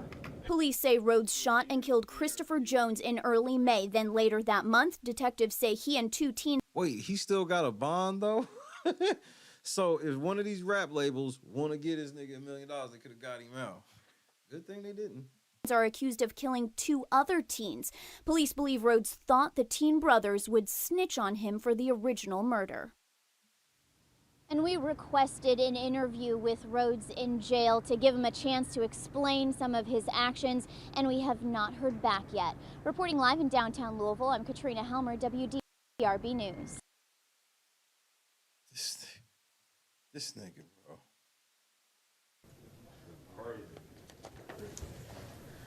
Wheel this nigga. Mr. Rhodes, you can just bring him up right here. Why y'all have me come out like this for? I think you know why. What? You know exactly why. Now, listen, stop talking. Have been. God. Are you done? No, I ain't done. You've been charged in the 4th degree. I'm going to keep talking because I don't want to have to see you back here for this. What you think where you live at? What you think at? None of that. I ain't do. So you're saying you're going to find out where I'm out? None of that. You got something, I'll be out. Okay. Yeah, This nigga just told a judge he gonna find out where she stay at, nigga.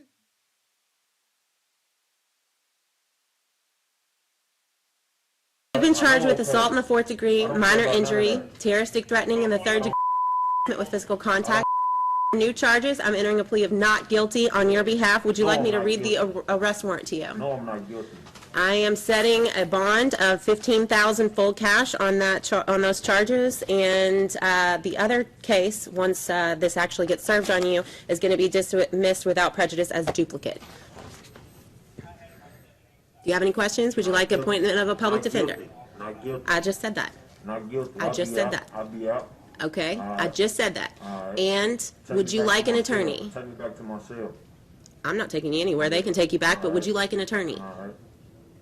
Okay. I'm going to appoint the public defender's office.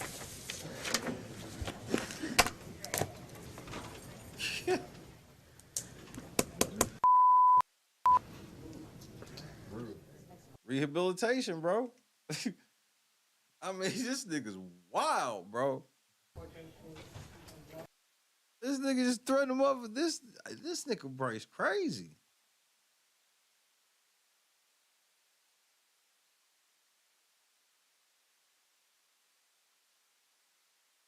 Oh, hold on, nigga.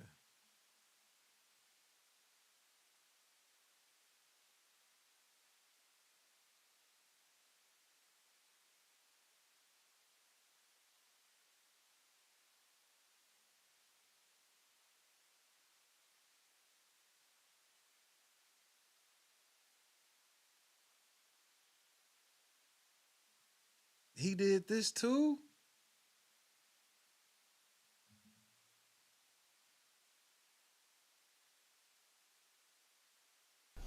An accused triple murderer is in more hot water this time. Investigators say he threatened a corrections officer. Brice Rhodes answering to terroristic threatening and wanton endangerment charges this morning in court in Louisville. They're added to a long list of charges he already faces. Police say Rhodes told an officer that he would be shanked in the face and that he and his family would die. Investigators say Rhodes made the threats Wednesday while behind bars at Metro Corrections. He's accused of killing Christopher Jones, Larry Ordway, and Maurice Gordon in May of 2016. A trial for Rhodes is set for July. I mean, this nigga killed 3 motherfuckers, got the motherfucking jail, and just been crashing the fuck out. Accused triple murderer threatens a Louisville judge while claiming his own attorney's a racist. Yo, the devil's in full effect. Yo, Rick is so wild and has went so far off the meter. It's shit that I can't even tell you on TV. I mean, you know, for the sake of our friendship, you know what I'm saying? I'm not even gonna bring it up. But trust me, he's went there. He has went where it's like, yo, Rick, man, what the fuck is wrong with you, man? You done took this shit too far. And his response is like this: there's no such place. Darkness. Let's go to the abyss, nigga. I'm not with it, man. I don't want to go to the abyss, man. You know what I'm saying? Rick wants to go to the abyss. In fact, he dwells in the abyss. Rick James dwells in the abyss, okay? And he wants company sometimes, you know. And for some reason, he likes to reach out for me whenever I'm around. When he wants to go there, he will reach out for me to try to take me to the abyss with him. And I'm not with it, man. I'm not with it. And that's when we end up, you know, tussling or whatever. You know what I'm saying?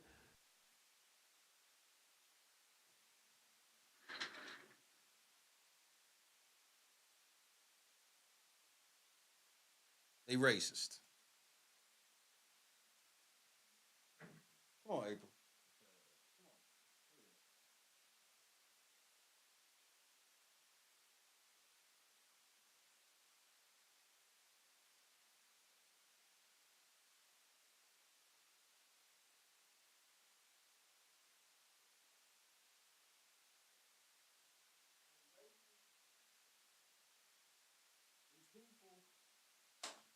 People.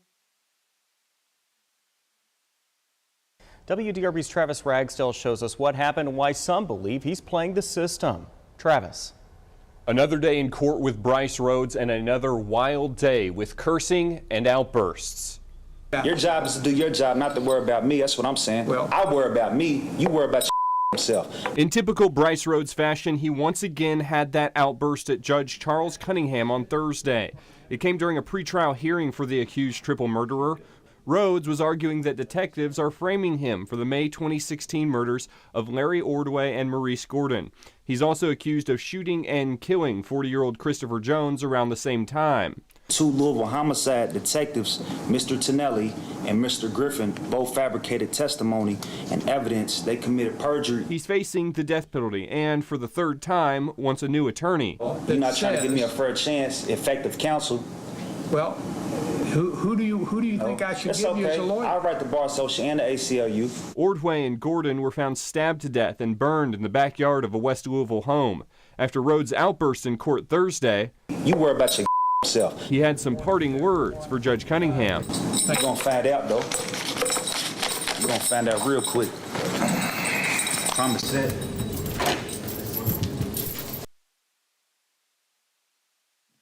What the fuck happened to your head?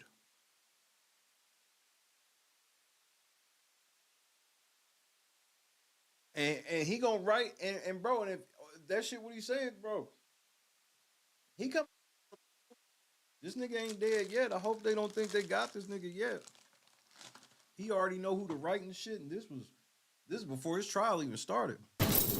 Promise that. That's when the victim's grandmother, Jackie Partee, spoke up from her seat. It's going on 4 years for him to stay. I'm their grandma. Why are you spending 4 years on this nigga? I got to be honest. Out of that courthouse trying to get closure. You can't do that. You just can't. I'm so sorry. 4 years. And this is going on for 4 years. Do you think he should be executed? Yes. Yo, the devil's in full effect. You ain't no better than him. I don't care what you think. You ain't no better than him. You've been in there for 4 years begging for somebody else's kid to die.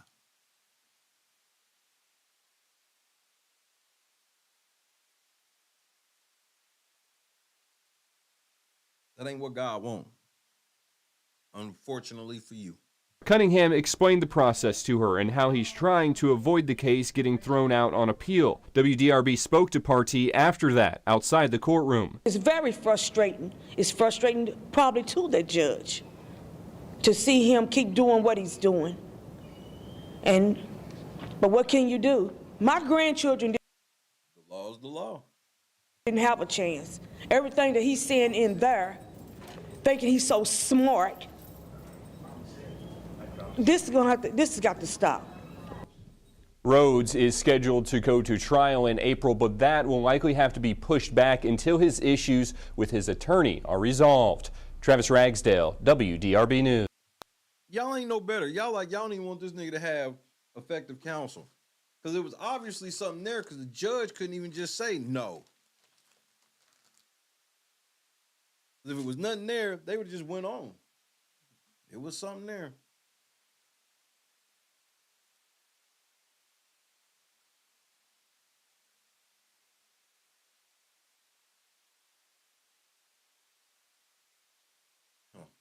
I mean, this nigga was just getting into it the whole way, bro. I don't think I've ever seen nobody crashing out. This is some TV show level crash out.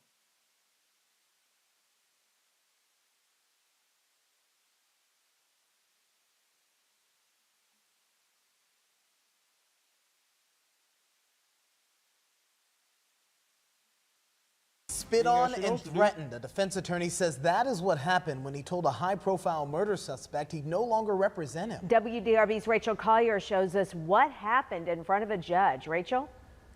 Brice Rhodes is here in jail charged with killing 2 teenage brothers, and now he'll need to find a new attorney. Hold on. Cute news, lady. Before the hearing started, attorney Brendan McLeod told the judge he was so angry he needed to be separated from Brice Rhodes in court. McLeod tells WDRB he was speaking with Rhodes before the hearing, explaining he would no longer represent him. He says everything was calm, and then Rhodes spit on him. After Rhodes was led into the courtroom in his red jumpsuit, marking his protective custody, McLeod let him know how he felt about being spit on. Nice cheap shot. You a coward. Nice cheap shot. Coward. I'll see you when I get out. I'm losing my motherfucking mind, man. I'll see you when I get out. McLeod says he isn't afraid of the threat. McLeod took on the... Just because he know the nigga ain't coming home, let that nigga get out. Go interview that nigga when he get out. And ask him, is he afraid? Case because he knows Rhodes' mother. He stepped away because he learned the victims, 14-year-old Larry Ordway and his brother, 16-year-old Maurice Gordon, are the grandchildren of his close friend. The 2 brothers were found stabbed to death. Their bodies... So that sounds like y'all set him up from Jump Street. Y'all gave him a lawyer that was that close to the victims. That don't even make sense. You hear what they said? Listen to that again. Out. McLeod says he isn't afraid of the threat. McLeod took on the case because he knows Rhodes' mother. He stepped away because he learned the victims, 14-year-old Larry Ordway and his brother, 16-year-old Maurice Gordon, are the grandchildren of his close friend. What the fuck are the odds of that? The 2 brothers were found stabbed to death, their bodies badly burned earlier this month. Rhodes is charged with murdering them. 2 juveniles are also charged in the case. We're also learning more about the teens' murders. Homicide detectives now telling us they were killed at Rhodes' apartment in the Clifton neighborhood. Police say the bodies were taken from the murder scene and dumped behind a vacant home in the Shawnee neighborhood. Rhodes told a judge this morning he'll find another attorney. Leaving court, he had a question.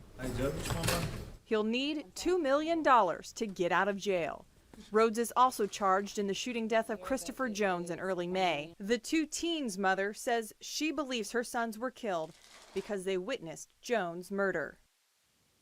Charged in the shooting death of another attorney. Leaving court, he had a question.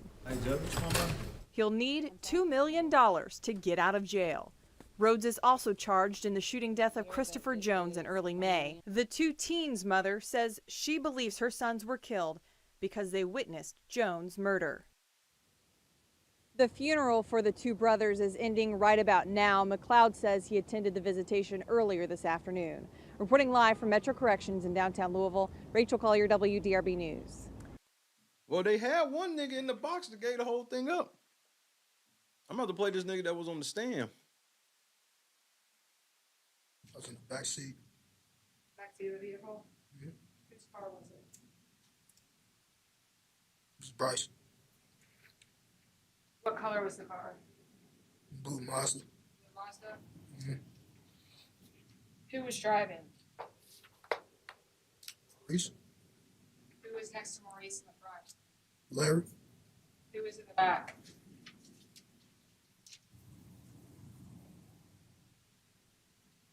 Brice. Were you behind Maurice or Larry? I was behind Larry. And the defendant was behind Maurice? So driver's side rear. Yes, ma'am. Why were you? Oh, was Anwan there? Yes, ma'am. Where was Anwan? He was behind us in the truck. What truck was he in? He was in the truck he had that day. He was following us. He followed you? Yes, ma'am. Do you know how he got the truck? Was it a truck that he had long time? He's scared as fuck of Brice, bro. Look at him. Nah, just for short term that day. Just for that day. He showed up in the truck that day? Yes, ma'am. Okay. Why did y'all go to 41st Street?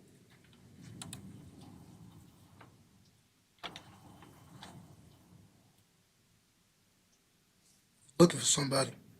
Who are you looking for? I don't know. Did you ever know specifically who you were looking for?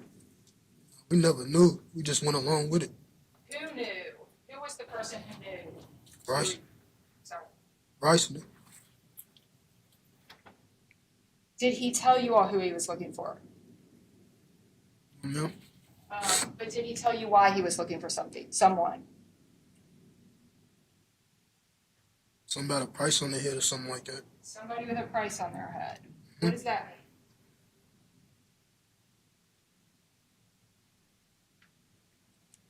Somebody with a price on their head, like, looking for him. Does that mean that somebody else is going to pay if this person gets killed? It means the person who did it get paid. The person who did it gets paid? Okay. How did you all know that there was somebody with a price on his head? Brice told us about it. Did he tell you all about this before that night or that night? It was at night.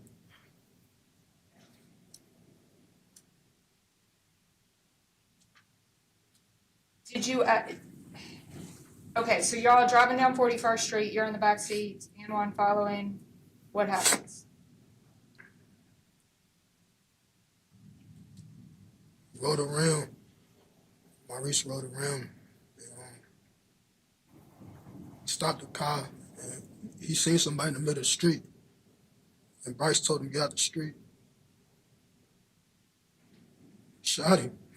Who shot him? Brice. Brice Rhodes shot him. So you're in the passenger side rear, right? Mm-hmm. So were you all, was the person who got shot on the other side of the street from you all? He was on. You don't know? It's probably an unclear question. Was the fellow on the sidewalk or in the street? Street. Okay. Was he crossing the street or what was he doing? He may have been crossing the street. He was in the street, but he may have been crossing the street, but he was in the middle of the street. Okay.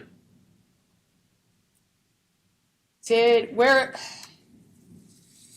Rhodes shoot him with a gun?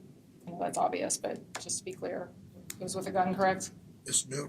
What type of gun was it? 9mm. How did he get the gun? Got it from me. I want to know what happened to this nigga's head. Where did you get the gun? Friend of mine. How long had you had the gun? I didn't have it a day. You didn't have it a day, so you got it that day. Yes, ma'am. Why did you get the gun? My own protection. And how did Mr. Rhodes end up with it? He was with me that night. He's with all of us at night. He told us that somebody had a price on their head. So I mean, so this nigga really is snitching. Cause it sounds like you with the shits, but since he actually shot him and they want this nigga cause all this foul shit he's done since he's been locked up. Now it's like they giving you immunity, obviously, for you to be admitting all of this. There's no way he's admitting all of this. He ain't got full immunity.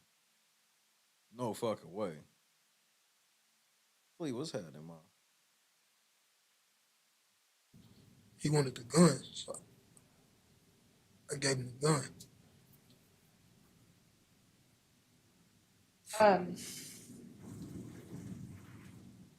Could you describe how he shot Mr. Jones?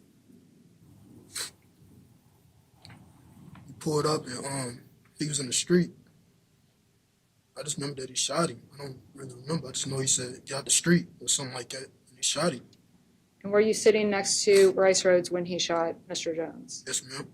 Did you know Mr. Jones at all? None of us did. Had you ever seen him before? Nah, I ain't never seen him dead in my life. Did you ever find out if he, in fact, was the person with the price on his head? Judge, we would object. That's the statement. You want to approach? No, I can rephrase.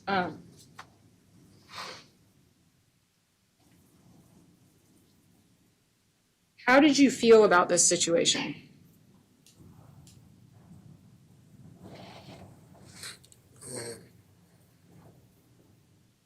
I was young. I just went along with it, to be honest with you. We all did, you know what I'm saying? Full immunity. We just... I'm sorry, what was the last thing? We just went along with it. Did Mr. Rhodes, to your knowledge, did he ever show up with money from this price on the head business? No, ma'am. After the shooting, what did you all do?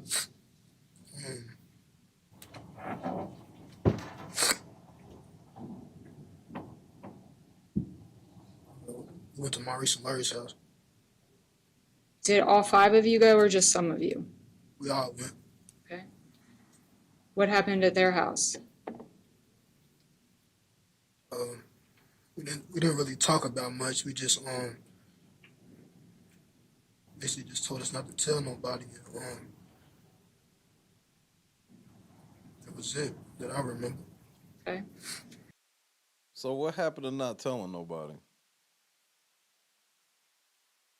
I mean, because justice on this shit, because here's the thing. DNA evidence ain't gonna ever get involved. This nigga, all the shit he's been involved in while he's locked up with witnesses saying he did it, bro, that's it. He's done. Did you all discuss it later amongst yourselves? Not really. I mean, to be honest, we ain't never seen nobody like get shot, you know what I mean? So I'm not gonna lie, we was all scared, you know what I mean? It wasn't just them two, we was all scared, you know what I'm saying? Maurice, Larry, all of us, we was scared, man. You were scared? Yeah, we was young, you know what I'm saying? We just went along with it. We just went along with it. Okay. So basically, y'all murdered a nigga that allegedly had a price on his head. Because what they said happened was he killed this motherfucker. They witnessed him do it. And then he ended up killing 2 of the people that witnessed him do it because he felt like they was going to tell. So what you think that nigga sitting at the table thinking about this nigga? What he should have did with this nigga?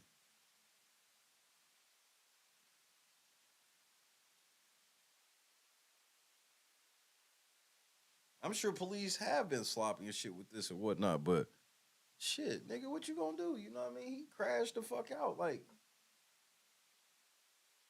even if they can get a good jury for him, he seems to mess it up every time.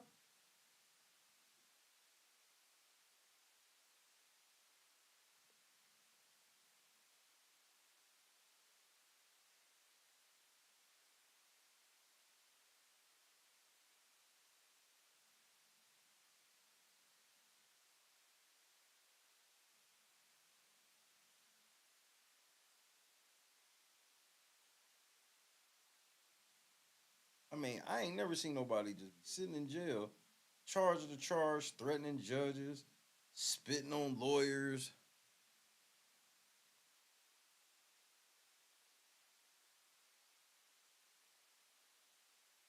And then they was like, he had to wear a stun gun cuff.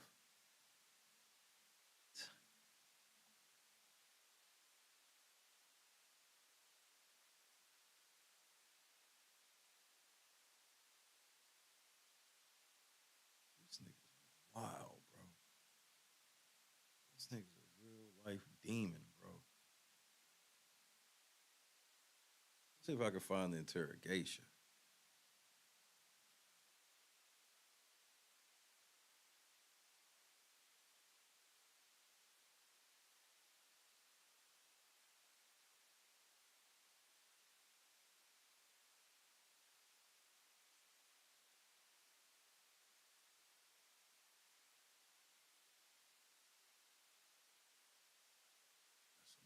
Bro, you got wait.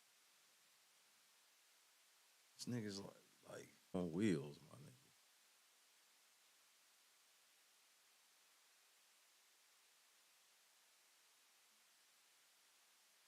Check this one first.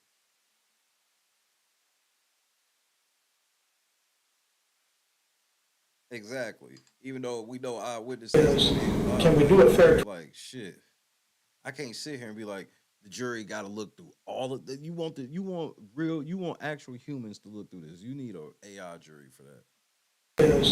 Can we do a fair trial in Jefferson County? But then another part of it is, if we have a concern, what's the alternative? Because then if we might get into a situation. She's like, man, please don't do that. Where I'm supposed to weigh. This nigga licking his lips and blowing kisses and shit. This nigga facing 3 bodies. But then another part of it is, if we have a concern, what's the alternative? Because then if we might get into a situation on the law where I'm supposed to weigh the pros and the cons. Ma'am. Stop it. Look at me. Ma'am. He keeps turning around. Ma'am, I told you once before, let me please help you understand. You can't just talk out like that, okay? Right, get out. Like, I'm so sorry, but again, like, you making his day doing this. And I know you don't want to make his day, so don't make his day. You can't handle him looking at you respectfully. All I can tell you to do is don't be in my courtroom, because he's going to keep doing it, particularly now that he knows that it irritates you. So you either are able to control yourself or you're not. And I would understand why you could not. I get that completely. But I can't have you talking up in court, okay? I need you to hear this. The next time it happens, there will be a consequence. Do you understand that? Yes, all right, Mr. Rhodes, you're smiling. I don't know why you're smiling. Because I can.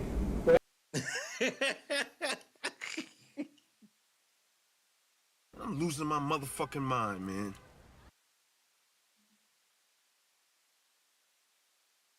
And here's where I gotta side with Brice. What are you as a judge doing trying to make this shit personal with this nigga? Are you trying to get this nigga a mistrial? Are you trying to help him get a mistrial? Because you personally attacked him first. If he had said something to you first, I'd be like, man, nigga, you wild. I still think you wild, nigga. But again, how the law works, the judge can't be really doing that. He gonna help him get an appeal and all this shit. When it happens, there will be a consequence. Do you understand that? Yes, all right, Mr. Rhodes, you're smiling. I don't know why you're smiling. Because I can. Well, because I can. It's not a crime to smell. It's not a crime. Continue what you were saying. But it doesn't help.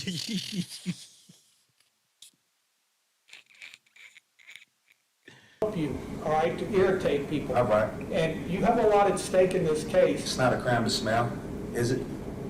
I didn't say you were committing. Okay then. I'm saying you're not helping yourself. Continue what you were saying. I'm allowed to smell. I would suggest you do what helps you, not what hurts you. Okay. That's do what all. I want to do. Well, let's do get what that you want to understood. do. That's fine. Let's get that understood. I'm sorry. Let's get that understood. I beg your pardon.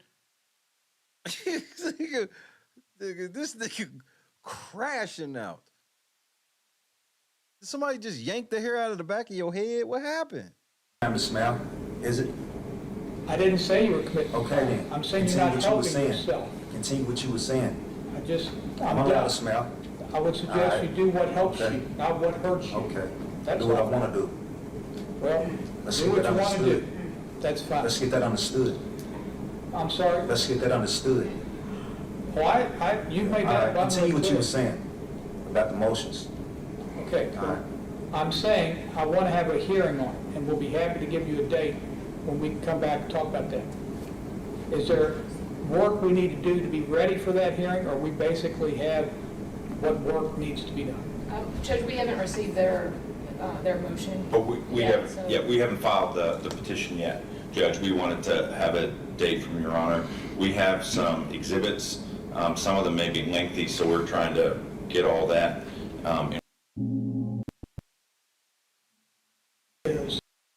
Finish what you were saying.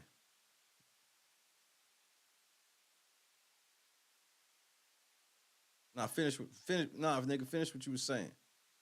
The defendant in a high-profile murder case has been disruptive and full of outbursts leading up to his trial. WDRB's Stefan Johnson is here to tell us what's in place, you might not have heard of this before, to prevent problems in the murder trial of Brice Rhodes. Yeah, this is something that's been around for a while. Brice Rhodes has been in custody since 2016, and the last 7 years, his court appearances... Y'all center that nigga. Why y'all ain't centering him? ...have been unpredictable. That's why there is a court order to use a special stun cuff if there's a problem.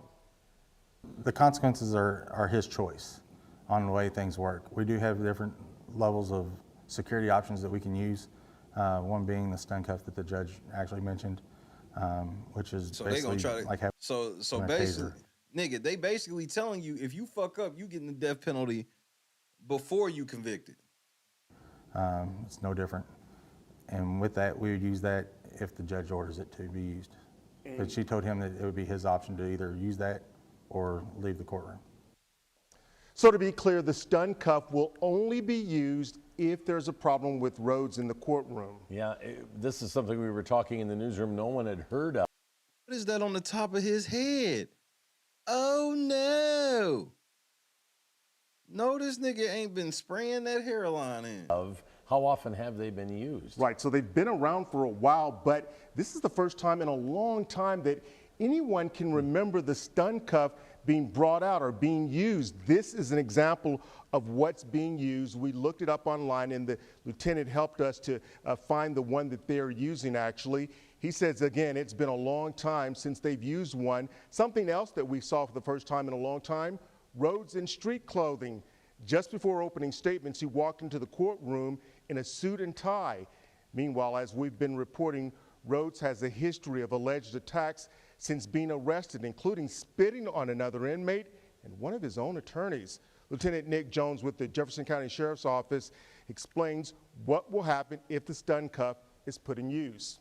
Well, it would not prevent him from spitting on anyone because, again, it is just on his ankle. It's a bracelet. However, just knowing that this is an option that he'll have to do, and then he would not, it would be his choice on whether or not to participate. You hear how he keeps stating that it will be his choice? Like they was gearing up to fry this nigga. Just so you know, it's his choice. It's his choice. He didn't even budge. He didn't even say shit.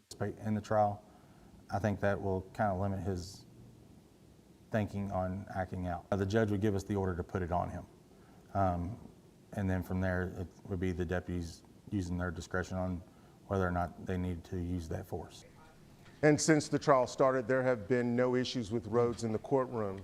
Did Brice Rhodes' attorneys have any objections here in this, using this stun cuff? You know, I'm not really sure, but he can decide. The decision is ultimately his. And remember, he has even attacked, he's accused of attacking one of his own attorneys. This trial is expected to last for several weeks. Yeah, there will be a lot of eyes, not just on the verdict courtroom and that. Absolutely. Thanks, Stefan. Thanks, nigger. I think your name was Stefan? Stefan? Stefan? Thank you, Stefan. Appreciate that, Stefan. Stepan.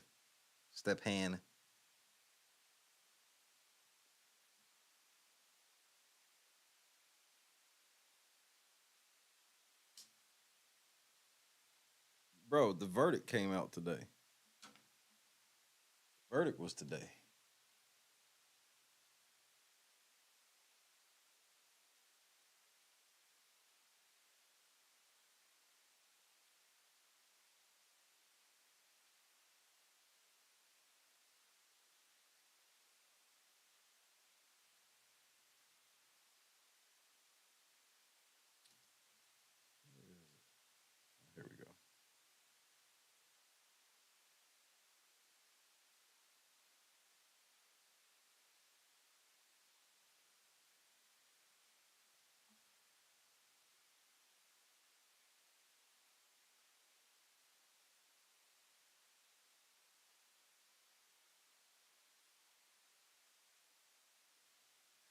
Sorry, oh, what's happening, cuz?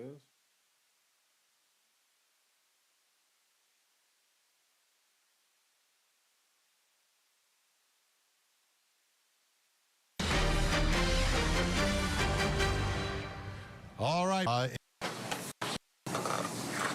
Murder as to... All right, the court will now read the verdict. Verdict Form 1A, murder as to Christopher Jones. We, the jury, found the defendant guilty of murder. Having found the defendant guilty of murder, we found that the murder was intentional.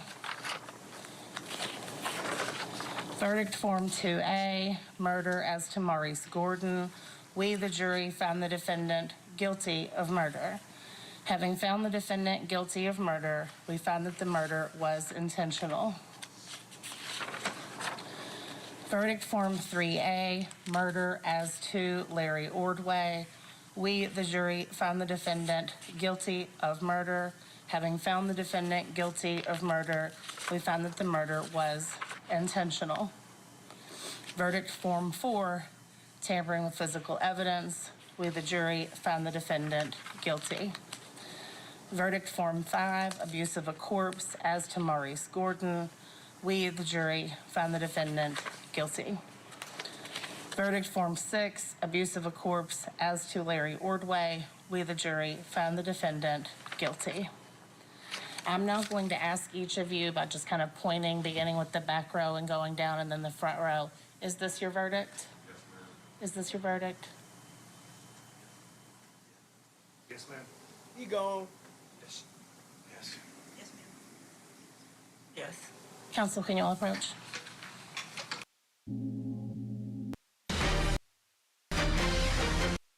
Rapsy, Scapsy.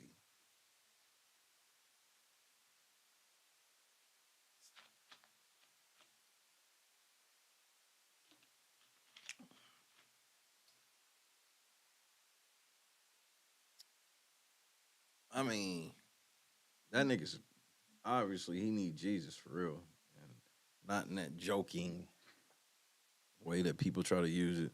Like seriously, it's about the only thing I can think of, literally, that can help this situation. Outrageous. I guess I got one more blunt, and I'm out of here. The fuck up out of here after this next blunt. Or this last blunt. I had to go do some laundry. What are y'all eating for Christmas?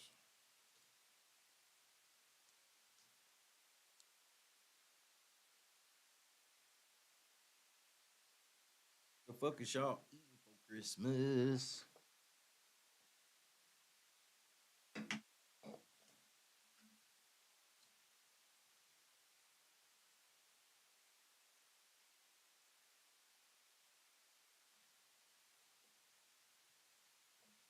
Damn.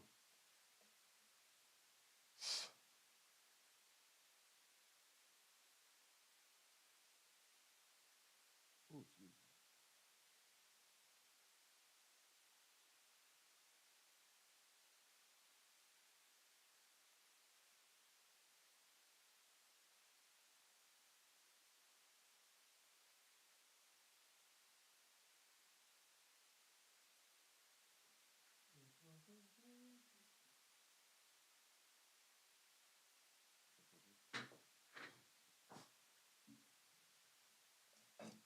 I don't know. I'm going shopping tomorrow. So I'm gonna be by all the good stores when I go do laundry. Hoping it's not too cold tomorrow.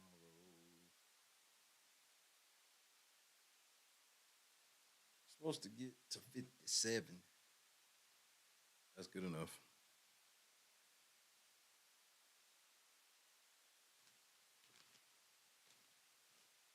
Beef stew on Christmas. Nigga, ain't that akin to coal in the stocking?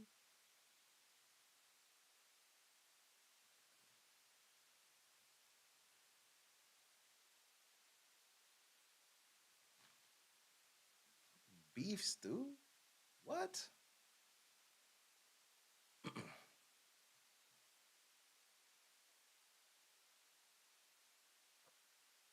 keep eating these crackers I was eating. These salt and pepper crackers. These motherfuckers.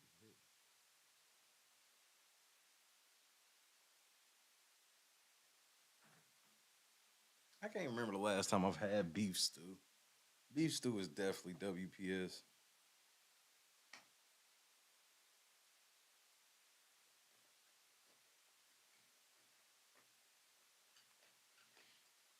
But it'd be cool. It ain't like it, you know.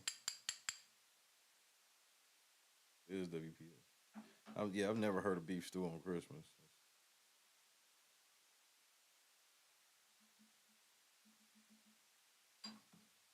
Just made that shit up.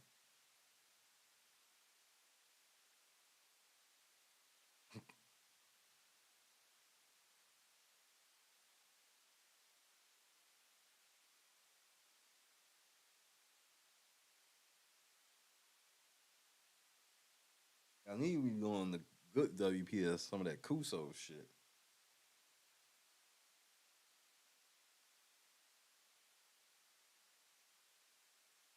Well, is it actually beef stew if it doesn't have those things?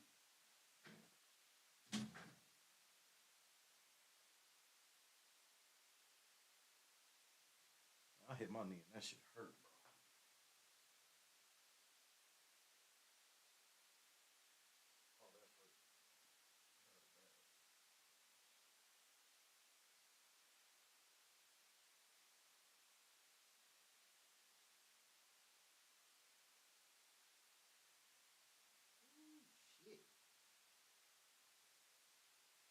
Hold up.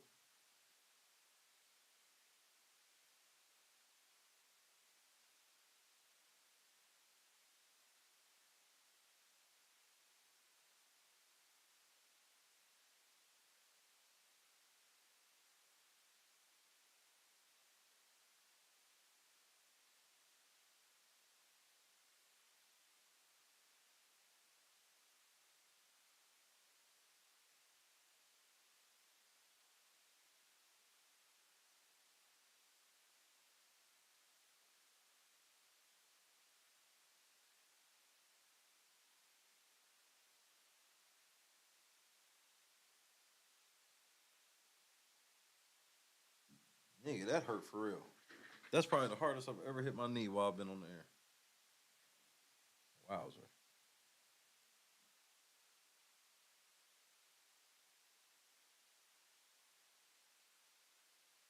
Yeah, I've seen celery in it as well. I have seen that.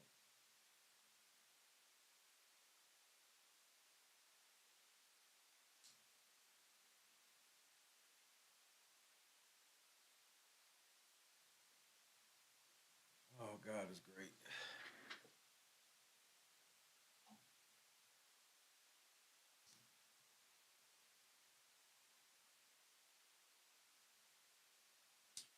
Shout out to Caldor.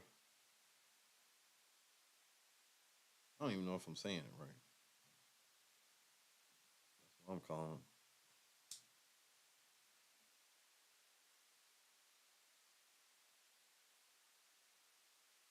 Fucking service merchandise and shit.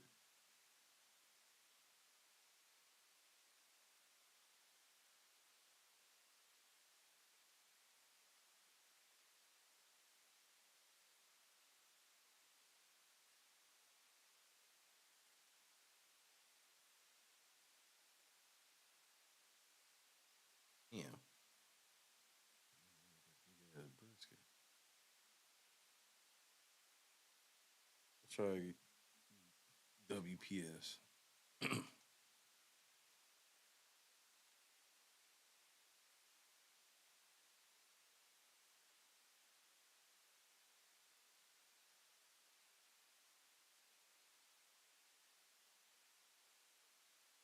Yep.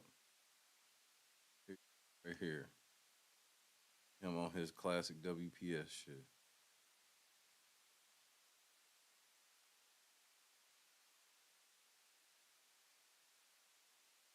I can't believe the weather's gonna be as nice as it's gonna be tomorrow. This close to Christmas. It's craziness. I'm an Indiana boy. I'm used to snow on the ground. I gotta see if it's even snow on the ground back home. I don't even fucking know. whole idea. Boston in the cut one time, ladies break out the Methuselahs. Have I heard of bounty talk? Is that what they say? I can't see because that emoji's in the way. I wish I could move that because it'd be in the way of the bottom message. Bounty tank. What is bounty tank? What is that about?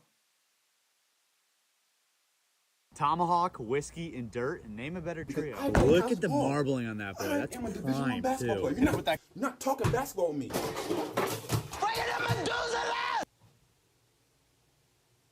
That didn't go well. Tomahawk, whiskey, and dirt, and name a better trio. Look at the marbling on that boy. That's prime, too. Hit him with that Cusso's dirt. Meter probe in there. Onto the smoker at 250 until it's at 120 internal. Fire. Beef tallow off the smoker, 125 internal. Give it a nice sear. Shouldn't take too long. Cast iron was way too hot, so we're just gonna do it on the grill grates. Just a little bit of whiskey on there too. A little Boss Hog flambe. Fresh oranges. Making a bourbon orange glaze. A little knob of butter. Fresh squeezed oranges. Orange marmalade. Maple syrup. Stone ground mustard. Stir all that up. A little more bourbon. Pour that glaze in there. Dip that whiskey old-fashioned glaze. Brush that across that crust. Now it looks really good. That salt is gonna pair perfectly. That whiskey kick. A little flaky salt on top of there. Oh my God, I am so excited. That was what you call WPS. And this nigga did it outdoors. Gee, I hope not Boston.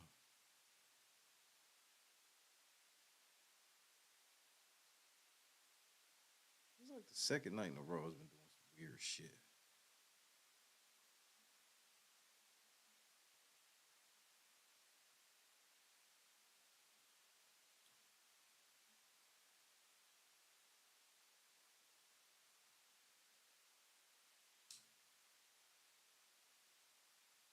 Well, I'm glad that worked.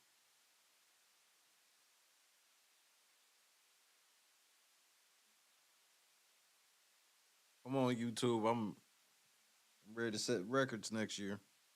I'm ready. It's time. It's time. It's time.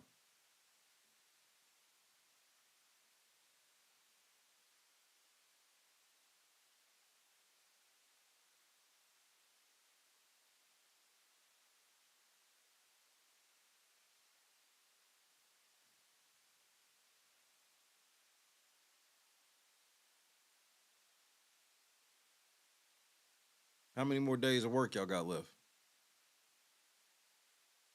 Is it almost a wrap? Christie's done and football done. Football ends the year with A's and B's. So proud of her, bro. God is great. Keep protecting her, Lord.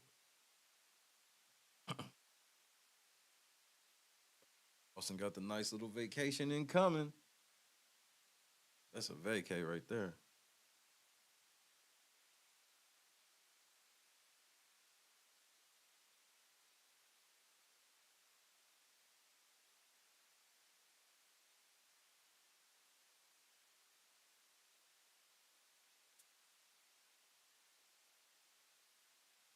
I'm excited this year.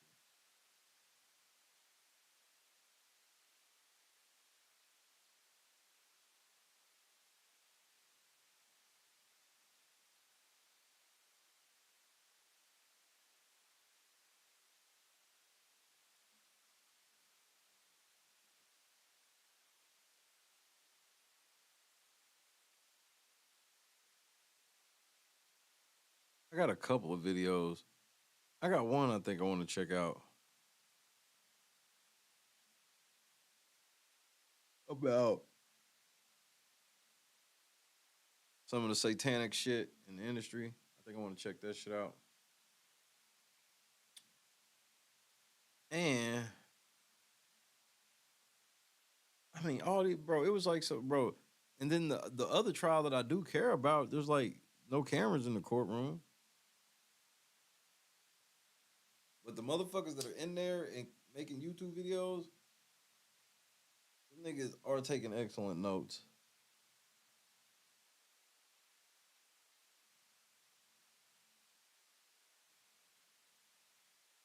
It's just crazy how all that shit happens and goes. This Brice nigga, this was something different. And then I'm like, the more the family wanted closure, I'm like, don't you know the devil's gonna make you suffer through all of this? And even if they say they're gonna kill him, they might not kill him for how many years? The O Block trial, the FBG Duck murder trial.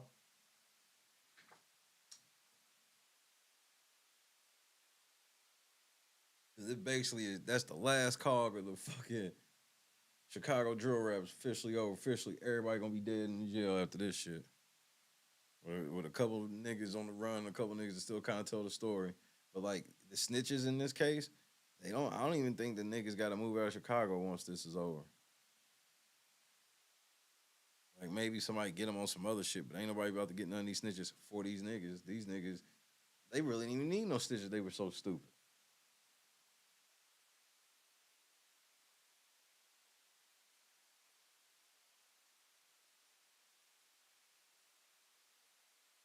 Yeah, real shit. People sit on death row forever. Like nothing.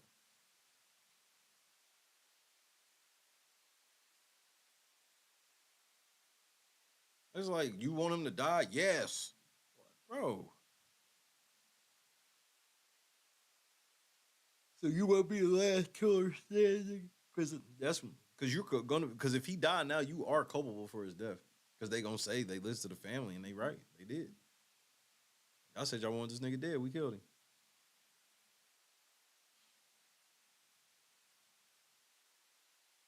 I mean, well, what is innocent really?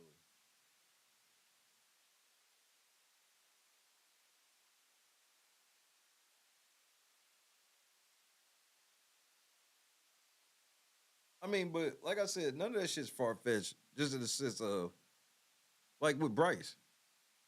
That nigga, yeah, he most likely did all of that shit, right? I think it's safe to say. But that don't mean the way that, and this is going by what y'all say as judges and lawyers, because y'all play all these games based on the law. Well, nigga, just because y'all feel like he guilty of some shit or he caught new charges doesn't mean you can violate his rights. And that's why the family, I'm like, I hear what y'all saying, but you do. That's why the judge tried to tell her, like, I hear what you're saying, but do you want a mistrial? Because if we don't do this the right way, if we don't do this shit the right way, he can fucking have an appeal and fuck around win on appeal. It's hard for me to see them denying his appeal just from what I've seen. Yeah, he goaded y'all into a lot of that shit, but you let him. Like, the first couple times when he was wilding out in the courtroom, that's one thing. Okay? 2 years later, y'all still getting triggered over his antics. At some point, you gotta be like, okay, whatever, bro. You got it. And it was like they never got to that point, and it was like he knew that too.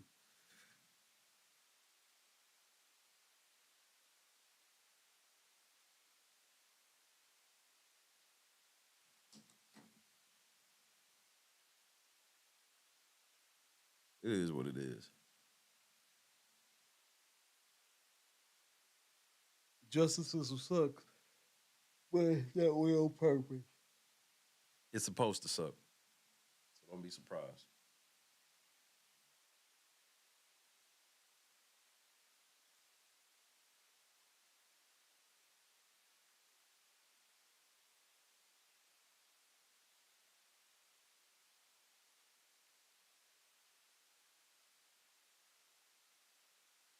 But they locked the nigga up at his fucking job.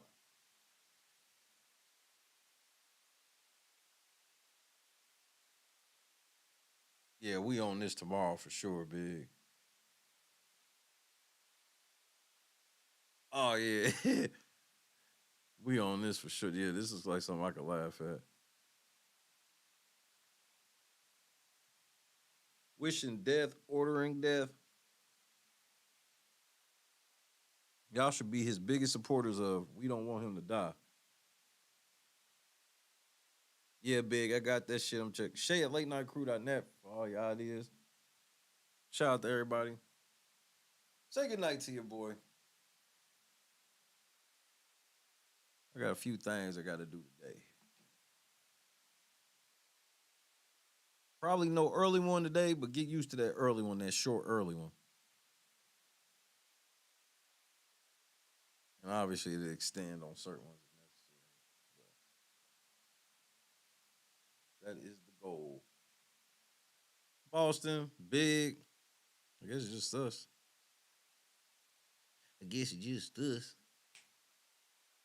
Fuck with that tomorrow, Big.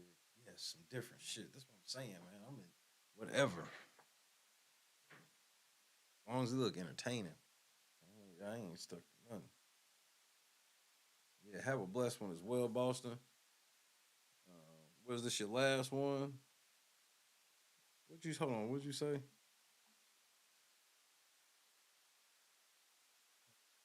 said how long you was out? Niggas forget. Oh, Friday, so you got 2 more. All right, well, knock these last little 2 out. It's nothing. Love y'all to death, bro.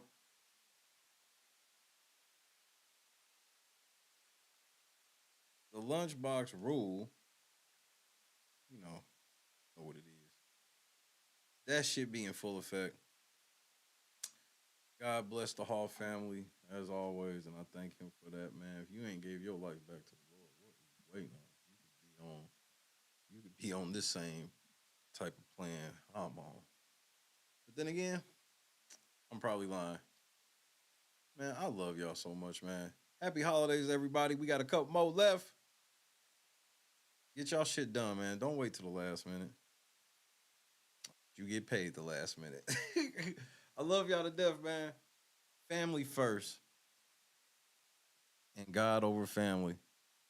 That's what this season is about, bro. Forget everything else, man. I love y'all, man. Good night. Peace.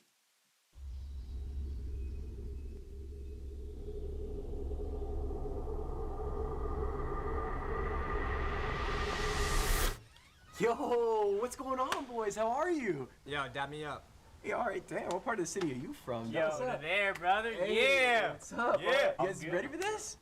Take this. Oh, all right, sick. Why don't you guys come inside? Don't ski. These are the guys.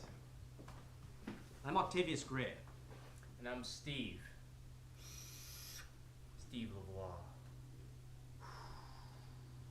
It's okay, I have vape in here, right?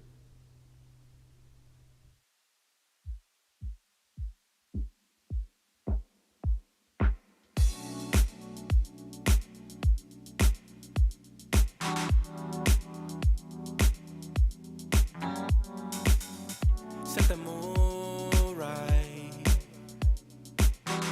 Pick you up, baby, I'm looking so fly. Sunset rooftop, yeah, that's nice, right?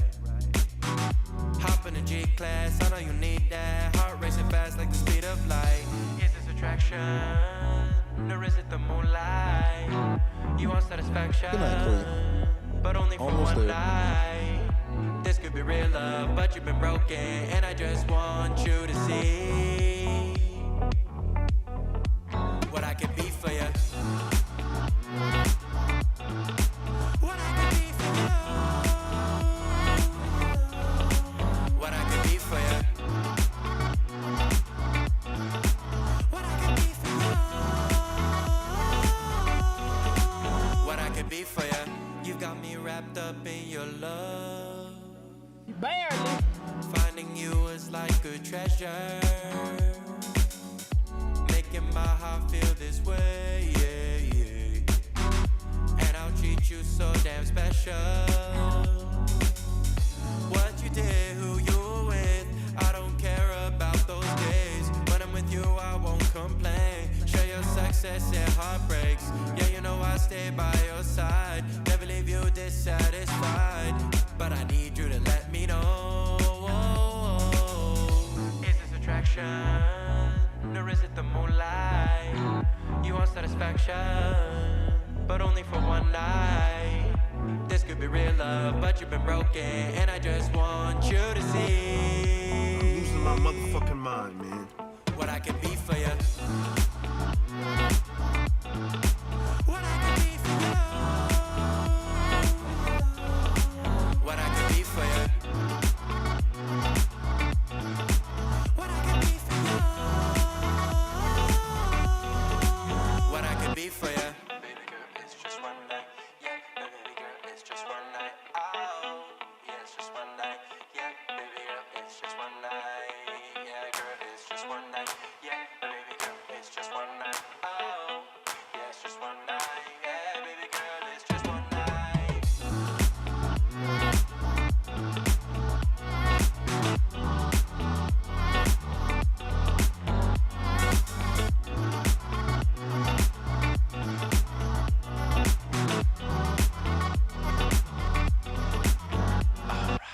Crushed it. I love y'all, man. I'll see y'all in a few hours, man. Shay at latenightcrew.net. I love my job.